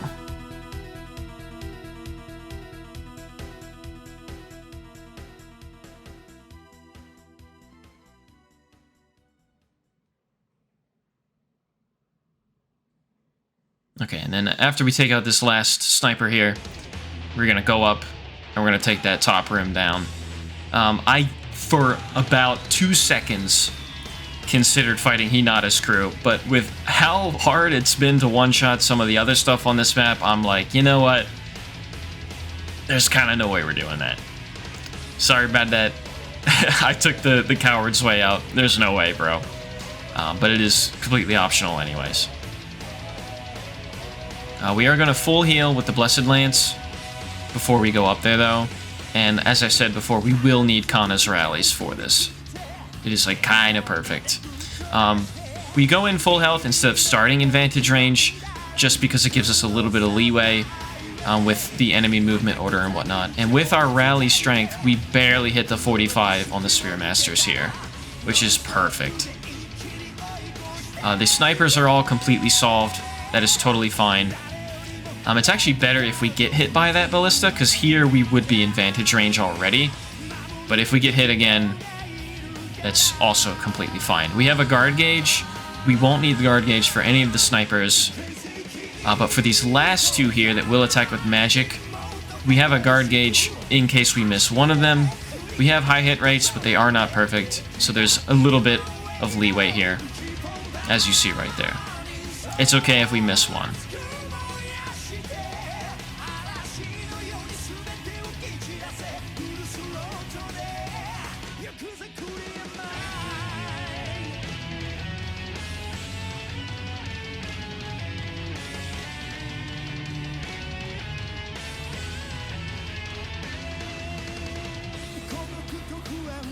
And then we are going to play footsies here a little bit. Mainly because, like, the final crew is not too different from the guys we've already fought. The only thing I'm always afraid of is taking into account Obero and Luna. That is not fun. Because it's hard for us in this run to one-shot her on player phase. Actually, if I recall, it wasn't possible at all. Unless maybe we went at one range with the Iron Forge +2, but even then, that's a recipe for disaster for everything else just attacking you at 2 range. So we kind of take it slow here. Like I said, this is where sometimes like I get a little bit of mental fatigue because I'm just scared that anything out of nowhere is just gonna like destroy her into the sun. But generally, it's fine as long as you just take a second and double check things, which is kind of the rule for Conquest in general. If you just take a sec, go over it one more time, it's usually fine.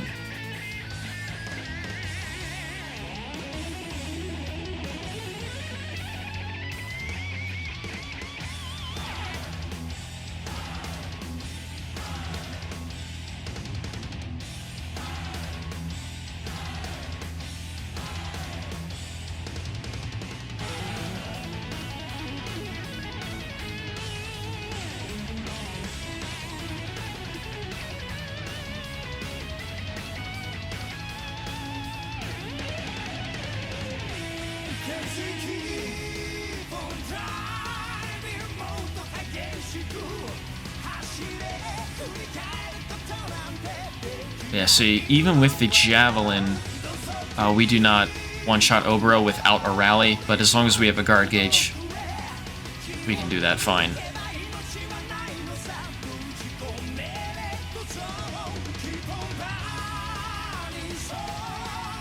Sorry, Oboro. Probably my favorite Birthright character, to be honest. That one I feel bad about. Alright, and then as I said, Niles is going to get those 2 chests for us. The boots are just too big to pass up, and there's no droppable chest keys or anything on this map. If this top room was somehow too scary, we do have the option to seize with somebody else. But frankly, if you can take care of all the other stuff, then the top room is really not much different. The only thing you have to be careful of, just in case you aren't watching super closely, is the Spearmasters up there do have lunge. So just make sure you're standing in a place where they can't lunge you into range of Takumi. That's literally the only thing you have to watch out for.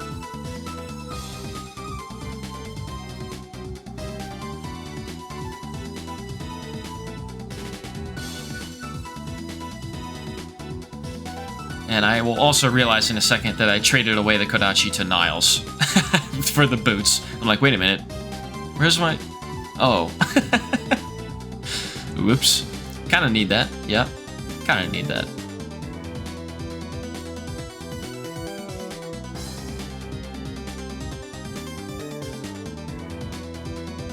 Yeah. This, as you can see, little bit of paranoia coming in. I'm just like, dude, I'm gonna look so stupid if I did all that. And then I get clocked at the very end here. Don't be dumb, don't be dumb, don't be dumb, don't be dumb.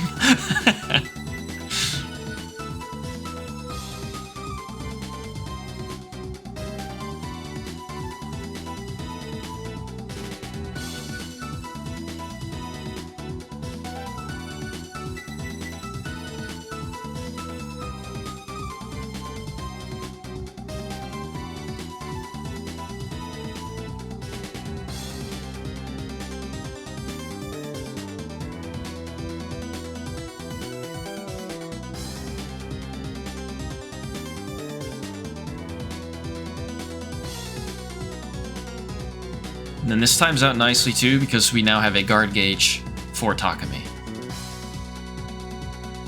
We do not want to get hit by like a Rend Heaven or something. That is no good. And the bottle just has the highest hit rate, so we go for that. And we get out of there with 1 HP. If that isn't life and death gaming, I don't know what the fuck is. Thanks for the Goddess Icon boss. I think we might have capped luck, I'm not sure. So next up, we take a quick detour to Invasion 2. This has been available for a long time, but we really had no reason to do it until now. We're very close to a level, so we're going to get Axe Breaker through the hero class line really quick. We're only getting like 1 XP per kill, but we'll get there. Axe Breaker is not strictly required, but it does help. I would say it is still worth getting. One, because you are able to do some AI manipulations on 26 that I find very interesting, and we'll go over that when it comes up. But it also does some funny stuff like having 0 hit against Garen. You know, not necessary. His hit rate's pretty garbage anyway, but it's nice watching him pull up with the big 0. The only thing you technically have to watch for here is, at this point, there is an entrap. So just walk out of range, walk back, and then they'll just attack instead. We are so over-leveled for this, it doesn't matter. We don't care. We literally don't care. I still don't care.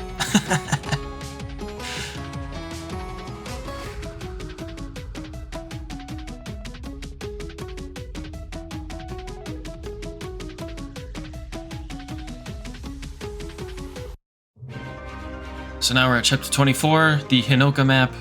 This is much easier than 23, I will say that. This is just simple matchup practice. The Onmyojis will die to the Javelin or the Kodachi. The Kinshi Knights you can basically kill with anything, to be honest. Preferably not a Javelin, but they're probably the least scary enemies on this whole thing. The Pegasus Knights you really want to have a hand axe equipped. They can technically die to anything. You just have to watch hit rates with the Kodachi. And then the Oni Savages, you must have the Kodachi equipped, or we're not one-shotting them on enemy phase. The Dragon Vein actually makes this easier a lot of the times, because we can just choose our matchups, given that we still outrun all the ground enemies when they can't move that much. And we can choose our battles with the flyers much easier. As you see right here, the exception to what I just said about the Falcon Knights is the Bolt Naginata Falcon Knights. The Bolt Naginata gives them -20 avoid, so we actually will have perfect hit on them. The Silver Naginata ones will have about 82 hit or so. So in the event that I have a guard gauge, and I really want the Kodachi equipped for everything else, we can actually take a gamble on one of the Silver Naginatas, and then if we happen to miss one, that's where the guard gauge comes in, but generally not a problem. There are technically three things we have to watch out for on this map, and they are all characters with names. The first one we will fight is Setsuna. Setsuna is probably the worst part of this map, honestly, just because she has Swordbreaker, which means none of our weapons are really going to have super great hit on her. And like I said, we don't want to equip anything else against the Oni Savages here. So we heal up enough to where we know we'll live, and we just take a shot at her. The other thing that sucks about Setsuna living is that we are now Seal Strengthed. We can still outrun all the ground enemies, but we did take a +1 strength meal to make sure we one-shot these guys even after a Seal Strength. We have a couple shots to fight Setsuna, so we don't have to get it on the first run, and I wanted to get a take where that didn't work out on the first time, so that I could show that we do have a couple chances to do that safely. But here, we're just going to keep running away. We're going to fight our matchups properly.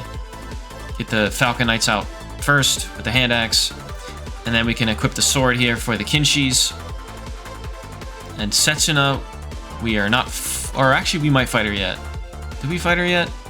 We're not in range of anything else. I think we do, yeah. So we take one more chance with a guard gauge that we will have for her. If we don't hit her here, we still have another chance.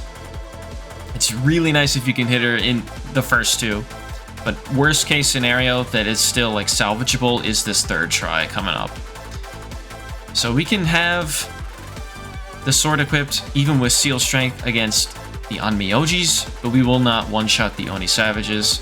This is our last try, realistically, to hit Setsuna. A 58 hit in 3 tries, I think, is fair.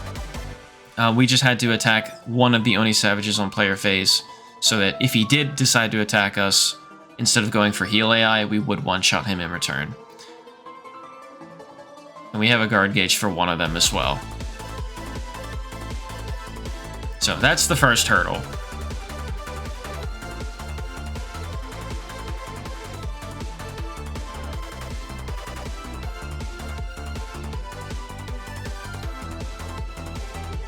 Alright, and then the next bit here is Azama. Azama has a bunch of hexing rods. We can technically take care of him and all the rest of the generic enemies, even if we got hexing rodded. I really don't like being hexing rodded for the Hinoka combat, though. That is just a risk we do not need to take, so we're not going to take it. If you stand in attack range of him, he will attack you instead of using the staff, though. So we make sure we're full healed. We can attack him. Nothing will kill us, given the enemy movement order here, and we will get into vantage range when it's important.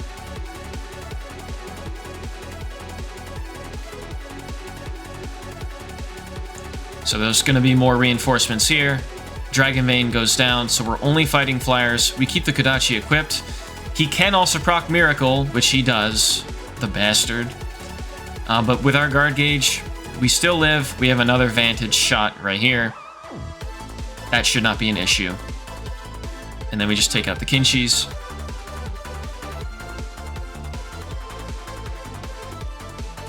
And then, given that the Falcon Knights can't catch up to us yet, we take care of these guys so that we don't have to equip the Kodachi for the Falcon Knights and take any more risks. Just put on the hand axe, We're totally fine.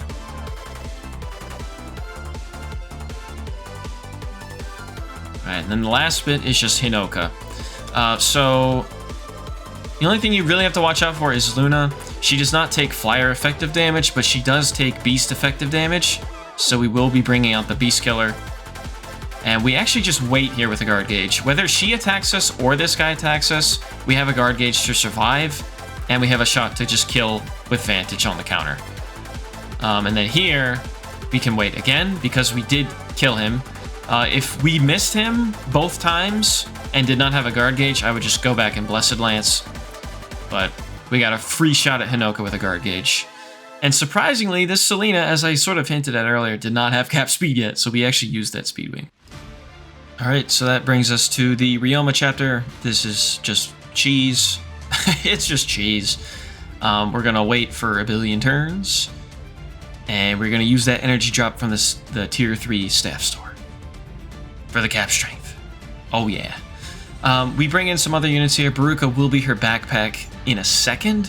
But right now we're just standing her by herself with no weapons equipped. So Ryoma goes for her instead of Korin. He will absolutely dunk on Korin. But from what I gather, as long as he's not taking a counter from several units that he's in range of to attack, he will usually just prioritize the one that's closer. Even if he's, you know, one-rounding Korin with like crits and stuff, versus just getting one shot at Selena with like a Rend Heaven or something. We have Elise here for reduced damage. We have Laszlo and Kana rallies, and Azura for the passive healing. We also changed up Selena's skills a little bit. We do not go for like the Vantage build because our enemy phase here, when Ryoma has Darting Blow, is just completely garbage. So we do equip things like Seal Strength, Good Fortune, our own Duelist Blow, and Savage Blow, so that we can just sort of chip at him very slowly. And we leave on Trample because that's just free damage. All we really need is the Javelin. In case he hits a Rend Heaven or something on that first bit, we do have healing items. But his hit rates will not be great here or on player phase, as you can see. Because we have our own Duelist Blow. I might have said Darting Blow by accident, I'm not even sure. But I meant to say Duelist Blow. So this is generally safe. There's a little bit of RNG involved, but it's really not too bad. It's a quick reset if, you know, the absolute worst happens every single turn. But, yeah. It's cheese. And, that's about it. We also get a free Draco Shield out of this, which is nice. This Selena, honestly, compared to, like, my previous runs, was a little weird. Normally, I was, like, super worried about her strength long-term, but never had to worry about her speed or defense being capped. And this run, she actually needed, like, a stat booster to get her speed capped, like, right at the very end. And after this Draco Shield from Ryoma, we still don't even get cap defense. We're, like, 1 off or something. So, a little funky, but more strength, I think, is preferable. So, thanks, dude. Yo, it's live Elut this time. We're doing commentary as I record because there's a lot to go over in this chapter, and I think it's actually really cool clear. First thing is our sort of setup going into this. Obviously, Vantage, our plus 20 damage stack. And then this 5th slot here, especially because her strength is capped now, we bought the energy drop from the level 3 staff store. We don't need Strong Riposte to kill like these first sorcerers, because they will also have Demoiselle as part of the equation, and will get enfeebled. But if you can take out these will be even easier. The only thing cap strength does with the additional boosts I'm going to give, which is a +2 meal, and because I mean Perry just clutched the fuck up in the mess hall, that was awesome. And then we're gonna use that one rainbow tonic that's been in my convoy for a long time. And an HP tonic. I thought I had one, or did I use it already? No, I did not. I forgot to buy one. Whoops. We went for the +2 strength meal as well as the tonic, just because it allows her to one-shot Armor Knights with the Armor Slayer in the final room, which is just neat. It's not like strictly required. There's maybe even an argument that it's better to not do that. But I'll talk about that when we get there. So first, HP tonic. And then this is what it looks like. So the reason we did a speed meal is basically because it's like the tiniest bit more avoid. And as you'll see, our last skill here is Axe Breaker, which makes the final room much, much easier. You can also go for a lunge strat. That is an option to you. That would really only change at the point where we break this door. Instead of breaking the door, you would just lunge the last guy that attacks you through the door and then just kind of pair up, separate, kill one mate, and then, you know, just do the rest the same. But there's something satisfying about not doing that, so we're not doing that. Yeah, I guess we can just get right into it. So I'll turn animations on and off as we go.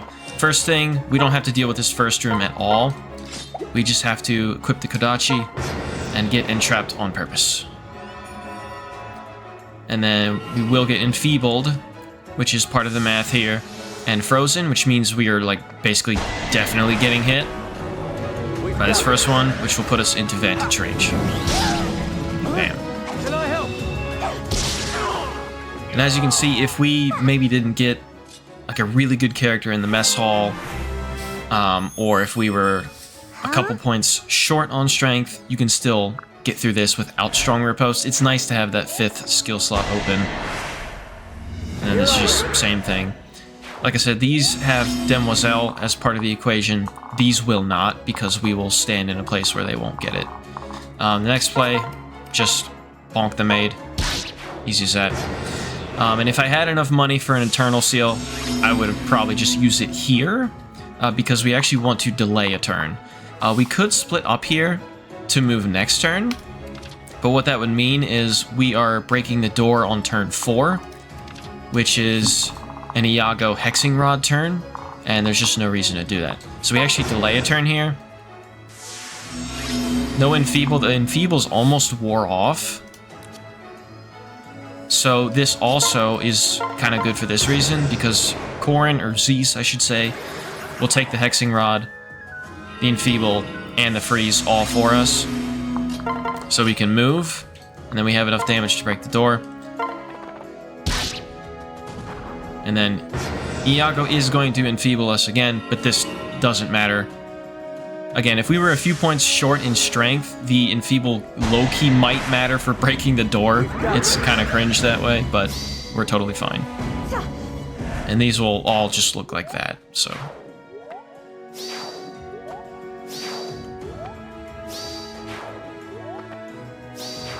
Okay. And then by delaying the turn earlier, this times out nicely too. This is a freeze. Does not matter.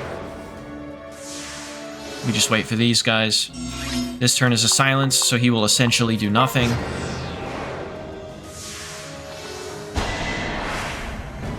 Ready for this? These are the same, like, just copy-pasted sorcerers. Okay, and then here, now that everything is, like, gone, we can switch and dodge the Hexing Rod one more time. And then we're back to the beginning of the cycle, so we can just separate. One of them will be frozen. And then we can just bonk either one, it doesn't super matter. You'll be alright.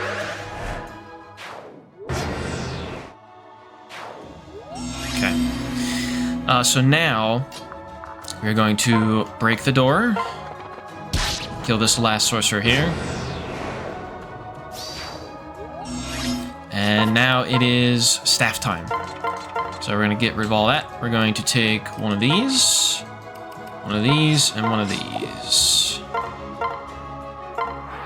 And one thing I forgot to do on Sakura's map is use the arm scrolls to get to B rank staffs. We can just do that now. If you recall, those were from chapter 13 and the boss of 21. Because grinding staff rank more than E to D rank is super boring to watch, so just gonna use the arm scrolls for that.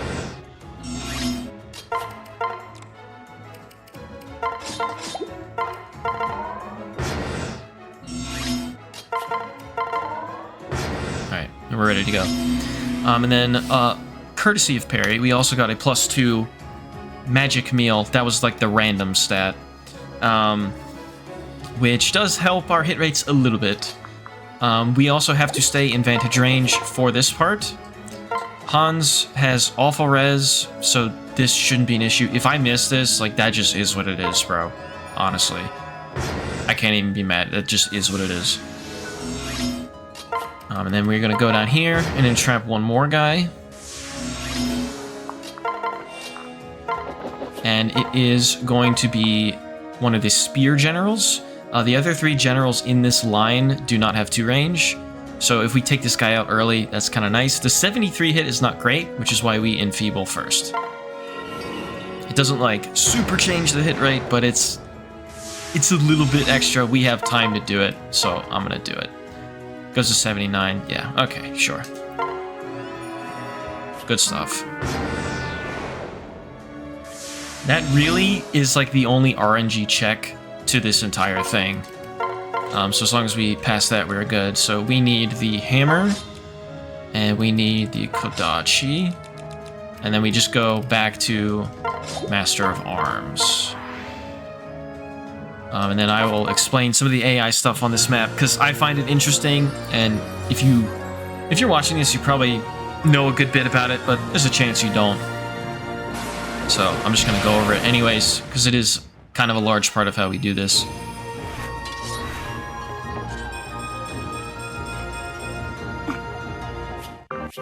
Okay, cool stuff. So as you'll notice, this guy is not attacking me.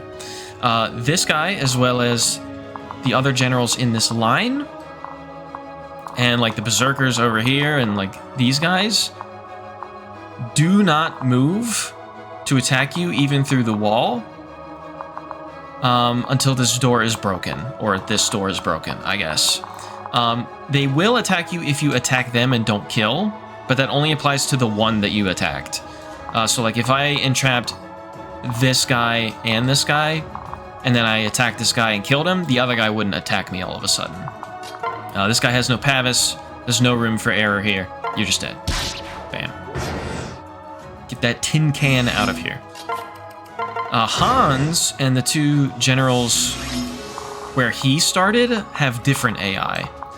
So what they do is, if you are in attack range of 2 or more of them, they will all move to attack. Or if you outright attack any of them, they will all move and attack you through walls and whatnot. Which is why Hans didn't attack us when we entrapped him, because the other 2 were not in attack range of us, and we had not touched him yet.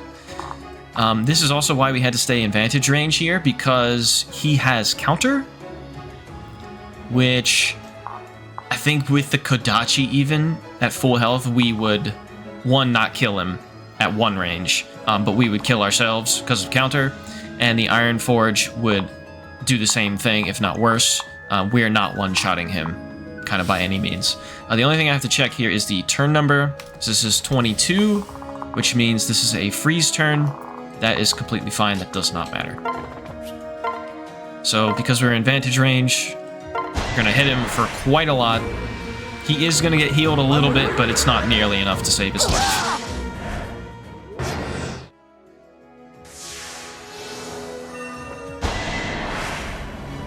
I'm here to help. Damn it. Okay. Thanks for the 5k gold, boss. Alright. So these guys have similar AI to Hans and his generals. They will start attacking us through the wall. And actually, this one might too? I might have been wrong about these 2. These 2 might function as these guys do, not as the line guys do. And this is going to be a silence turn, so... you know, we're not scared of Iago. We're going to go down here. We are going to heal to full, because we can play this section a little bit slower. And we have plenty of healing items in the convoy, just in case we need them. But we can play this part kind of standard since we're not going for like a lunge sort of cheese strat. And then we need the hand axe. And we are not breaking the wall yet. Yeah, so they move. These two move. Okay, no. So these guys function like the line guys. These two move because they have 2 range. These guys do not have 2 range, but they have the Hans sort of AI. Okay, just double checking that. But yeah, we're basically just gonna fight with the hand axe first. And these guys will have shaky hit rates, which means if they do miss, we are free to attack. And they have armored blow, so you'll notice we do a lot more on player phase. So if we're free to do this, we are going to do it. And we're basically just gonna watch our guard gauge, our healing situation if we need to, etc. Are you okay? The good part about this situation here is we are about to get a guard gauge. Nothing will one-shot us right now. As well as since he's so low, the maids actually will both heal him. Which means if we got really low here, like if he hits us here... Can I help? Yeah, so we have the option. This doesn't really apply here because he does not have Pavis, this first one. But if he had Pavis and I can't guarantee a kill, this would be the time to run back and Blessed Lance because I'm not frozen. But we have a guard gauge, and like I said, he has no Pavis. We know this will kill him. Nothing will be able to kill us because of our guard gauge. So, bam, done. Easy clap. Now he sees lethal, obviously. Are you okay? Can I help? Okay. Alright, so this is a decision time here. So we're looking at 49 attack minus 2. Same with this guy. So like a 47 on a 35. We should be fine for that if we kill this guy. But just in the event that we were even lower from the general earlier or something, we do not have a guard gauge right now, so I'm going to pretend we got hit earlier. And we're going to go... We'll just be like super, super safe.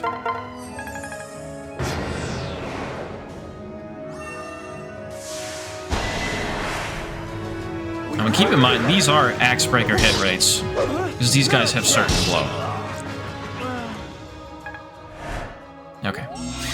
So, I know for a fact these two guys cannot hit a 28 on us with lances, so this is completely fine. Aegis does not apply to us at all. Bam, done.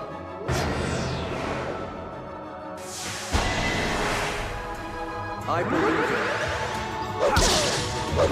Can I help? Okay. Alright, so if we attack here, that is very bad. So we are going to heal yet again. We can just... I mean, we could just Vuln. I'm gonna Concoction anyway.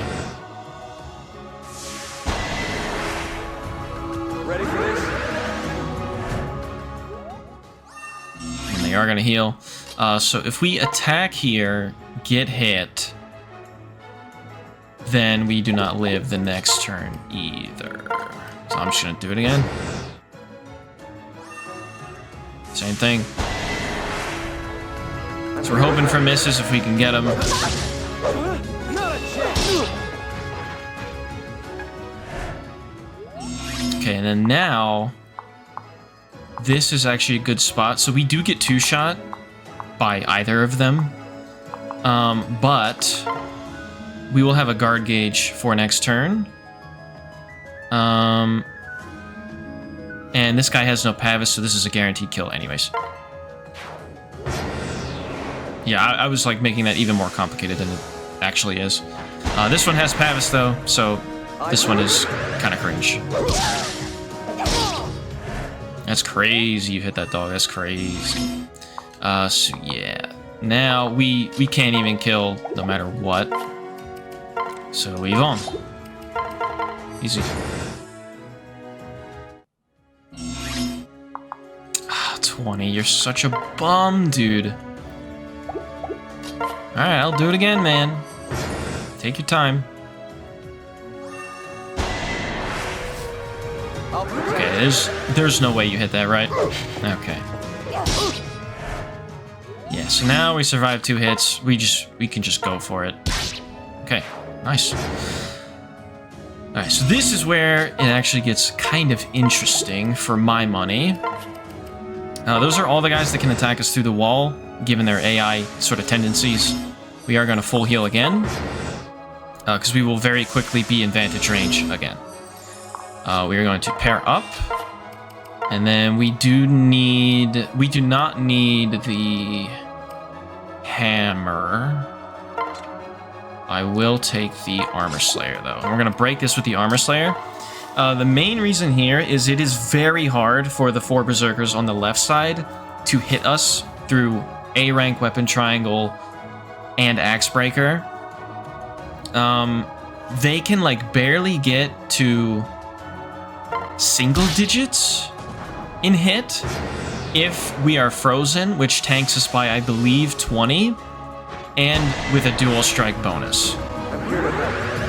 But if they don't have both of those things, they're just not even going to move and not going to touch us at all.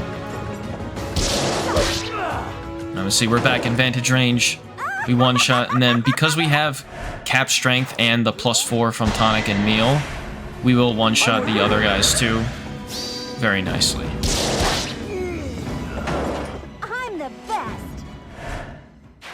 That is like really pushing the strength number here.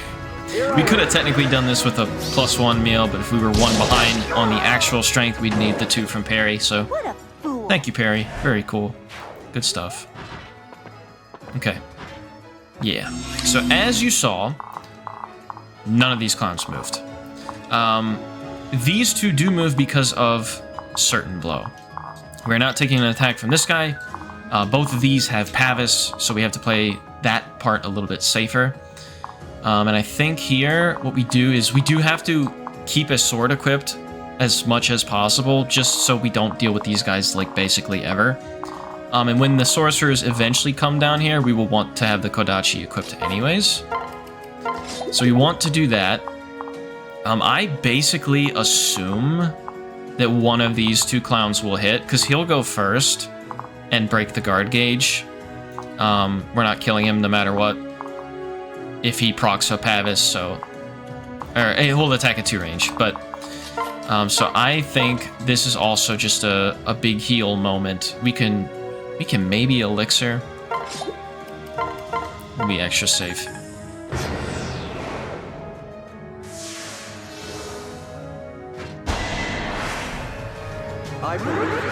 So that's free. He did Pavis.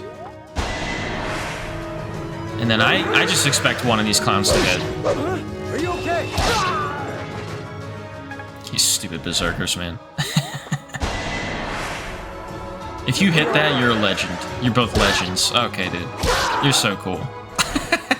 You're so cool, dude. You're so cool. You're so awesome. Okay. Okay, so these guys will not be coming in yet, so we don't have to think about them. We will be taking this attack now. We cannot kill this guy no matter what. So decision tree time. We just have to heal, right? We should kill at least one of these on the counter. One will likely be healed, though. So we do go concoction. Ready for this? Not a chance. And hopefully... Okay, that's good, because we will still one-shot him. And that's fine, we're not killing him anytime soon anyways. This we planned for, that's okay, that's fine. Are you okay? Do not proc Pavis. That is so good. Okay. So that's really good because now these 2 axe guys will die. Guaranteed. And then we basically just need 1 guard gauge for the general that is like near full health. One thing that's good here is we don't have to heal because we can guarantee this kill. Even if he procs Pavis, we're good. The guard gauge is reserved for him. And over here, I mean, the sorcerers we know are solved, but the maids will actually move first. So we're not even fighting Demoiselle like for any of these guys or anything like that.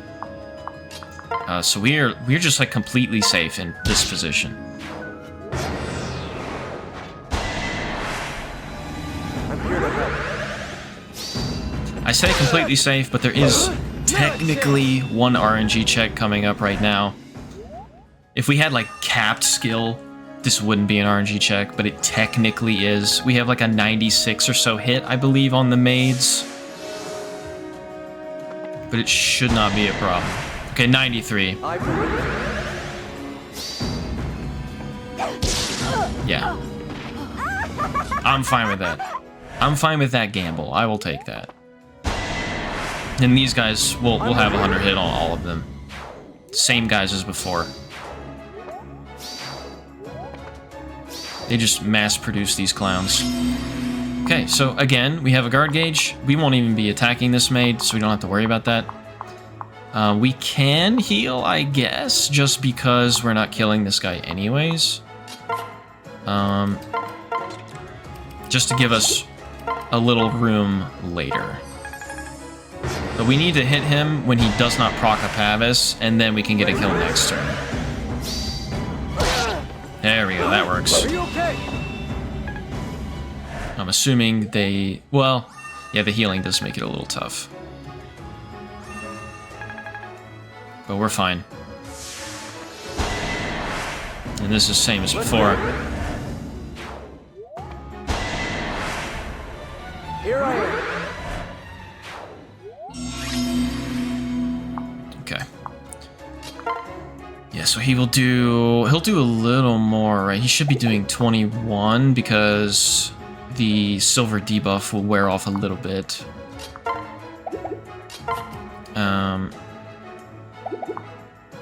Yeah, and he only has one range. The only thing with that... Yeah, okay. Yeah, so we can concoction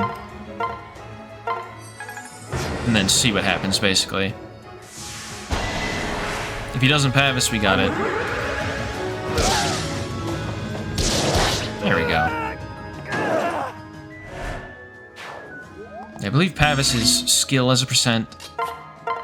So more often than not, they won't proc it, but you know, it's there. The classic. And then we can go hand axe here for 100 hit on the maid. We don't have to equip the sword anymore, necessarily. And now these guys will start to move. Because we're not equipping a sword anymore. What is my healing situation? We actually used a little more than I thought we would. I think we can do something here.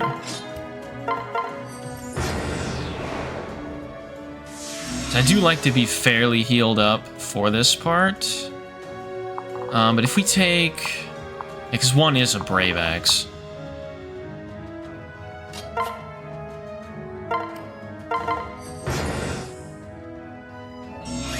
And again, we are looking at like axe breaker hit rates, but I don't trust these clowns at all.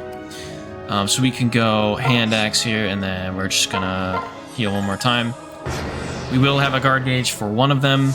Their hit rates are still gonna be pretty bad, but not like completely garbage. Okay. Knocked his helmet off, nice. I love that kind of stuff. Okay. Free guard gauge. And this guy moves at one range, so we actually won't fight the Brave Axe here, which is nice as well. That's a movement order thing. Okay, and now we can just kill the Brave Axe outright with Kodachi. And they won't attack us here either, which makes this slightly easier. Not that this is like the scariest thing ever, but because they both heal, we can technically like walk back, equip like the Blessed Lance, then they'll move again.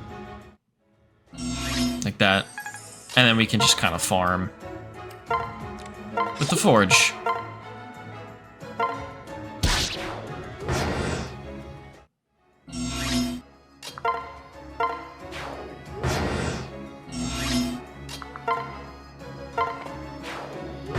Nice. Okay, and then from this position, all we have to do is equip the hand axe, switch separate, get rid of this mate, that way we can just move around a little better. And we actually don't care if we get hexing rotted anymore. We're gonna one-shot Iago with the forge, does not matter. The enfeeble sucks like a tiny bit, but it's not actually a problem, because you can just do this.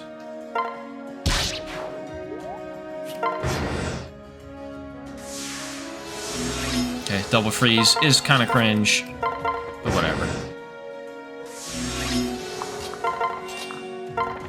Okay. And then, as I said, we do not care about getting hexing rotted. We are in hexing rod range of the mate up top now. So, you know, it's gonna happen one way or another. And that's an enfeeble turn, so Selena, I believe, has her full stats back, so hit rate will also not be an issue anymore.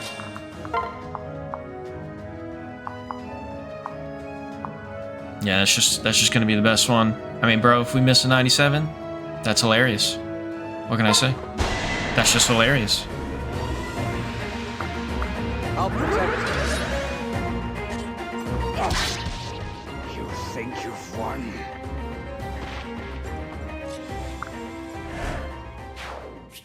Nice. Another 5K. Another 5K to Selena Gaming. Alright. Yeah, that's 26. Like I said, you could just do like a lunge cheese strat, but it's a lot less interesting to watch and less interesting to play. It's like a little cheesy, but like, and I love cheese, don't get me wrong. But it's just nice to play some good old classic clean Fire Emblem. But yeah, thanks. I will see you in the final chapters. 2 chapters left, and they're both very, very quick. Very easy ones. This might be easier than the Mozu Paralogue, to be honest. We take off Vantage. We leave on our plus 20 damage stack, the Life and Death, the Trample, the Sword Fair. And then we have 2 slots left, and because it's really funny to watch Garen pull up with the big 0 hit, we equip Axe Breaker and Duelist Blow. His crit rate is higher than his hit rate. That's really all you need to know. This is completely meal-less, tonic-less. We just don't need any of it. It's really not super hard to one-round Garen. Especially because you get 4 hits with the Brave Weapon, opposed to 3 with Takumi, so... yeah, this is how this chapter normally goes, I think, for most people that play the game. I don't know many people that route this map, but I guess you could, if you really wanted to. Then a cool part about Endgame, too, is Selena actually does not need rallies to one-round Takumi, even. She just needs a Strength Tonic, and the skills I mentioned, although we will put in Strength plus 2 for the final. Let's go. Yeah. 34 damage, 0 hit, and 2 crit. It's peak. It's peak. It's kinda peak.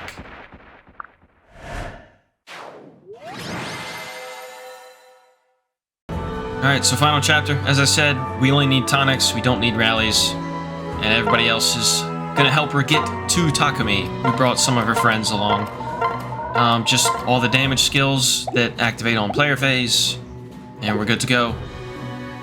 It's really important, too, that we play the correct song for this. So I'm gonna fix that right now. But thank you for watching this playthrough.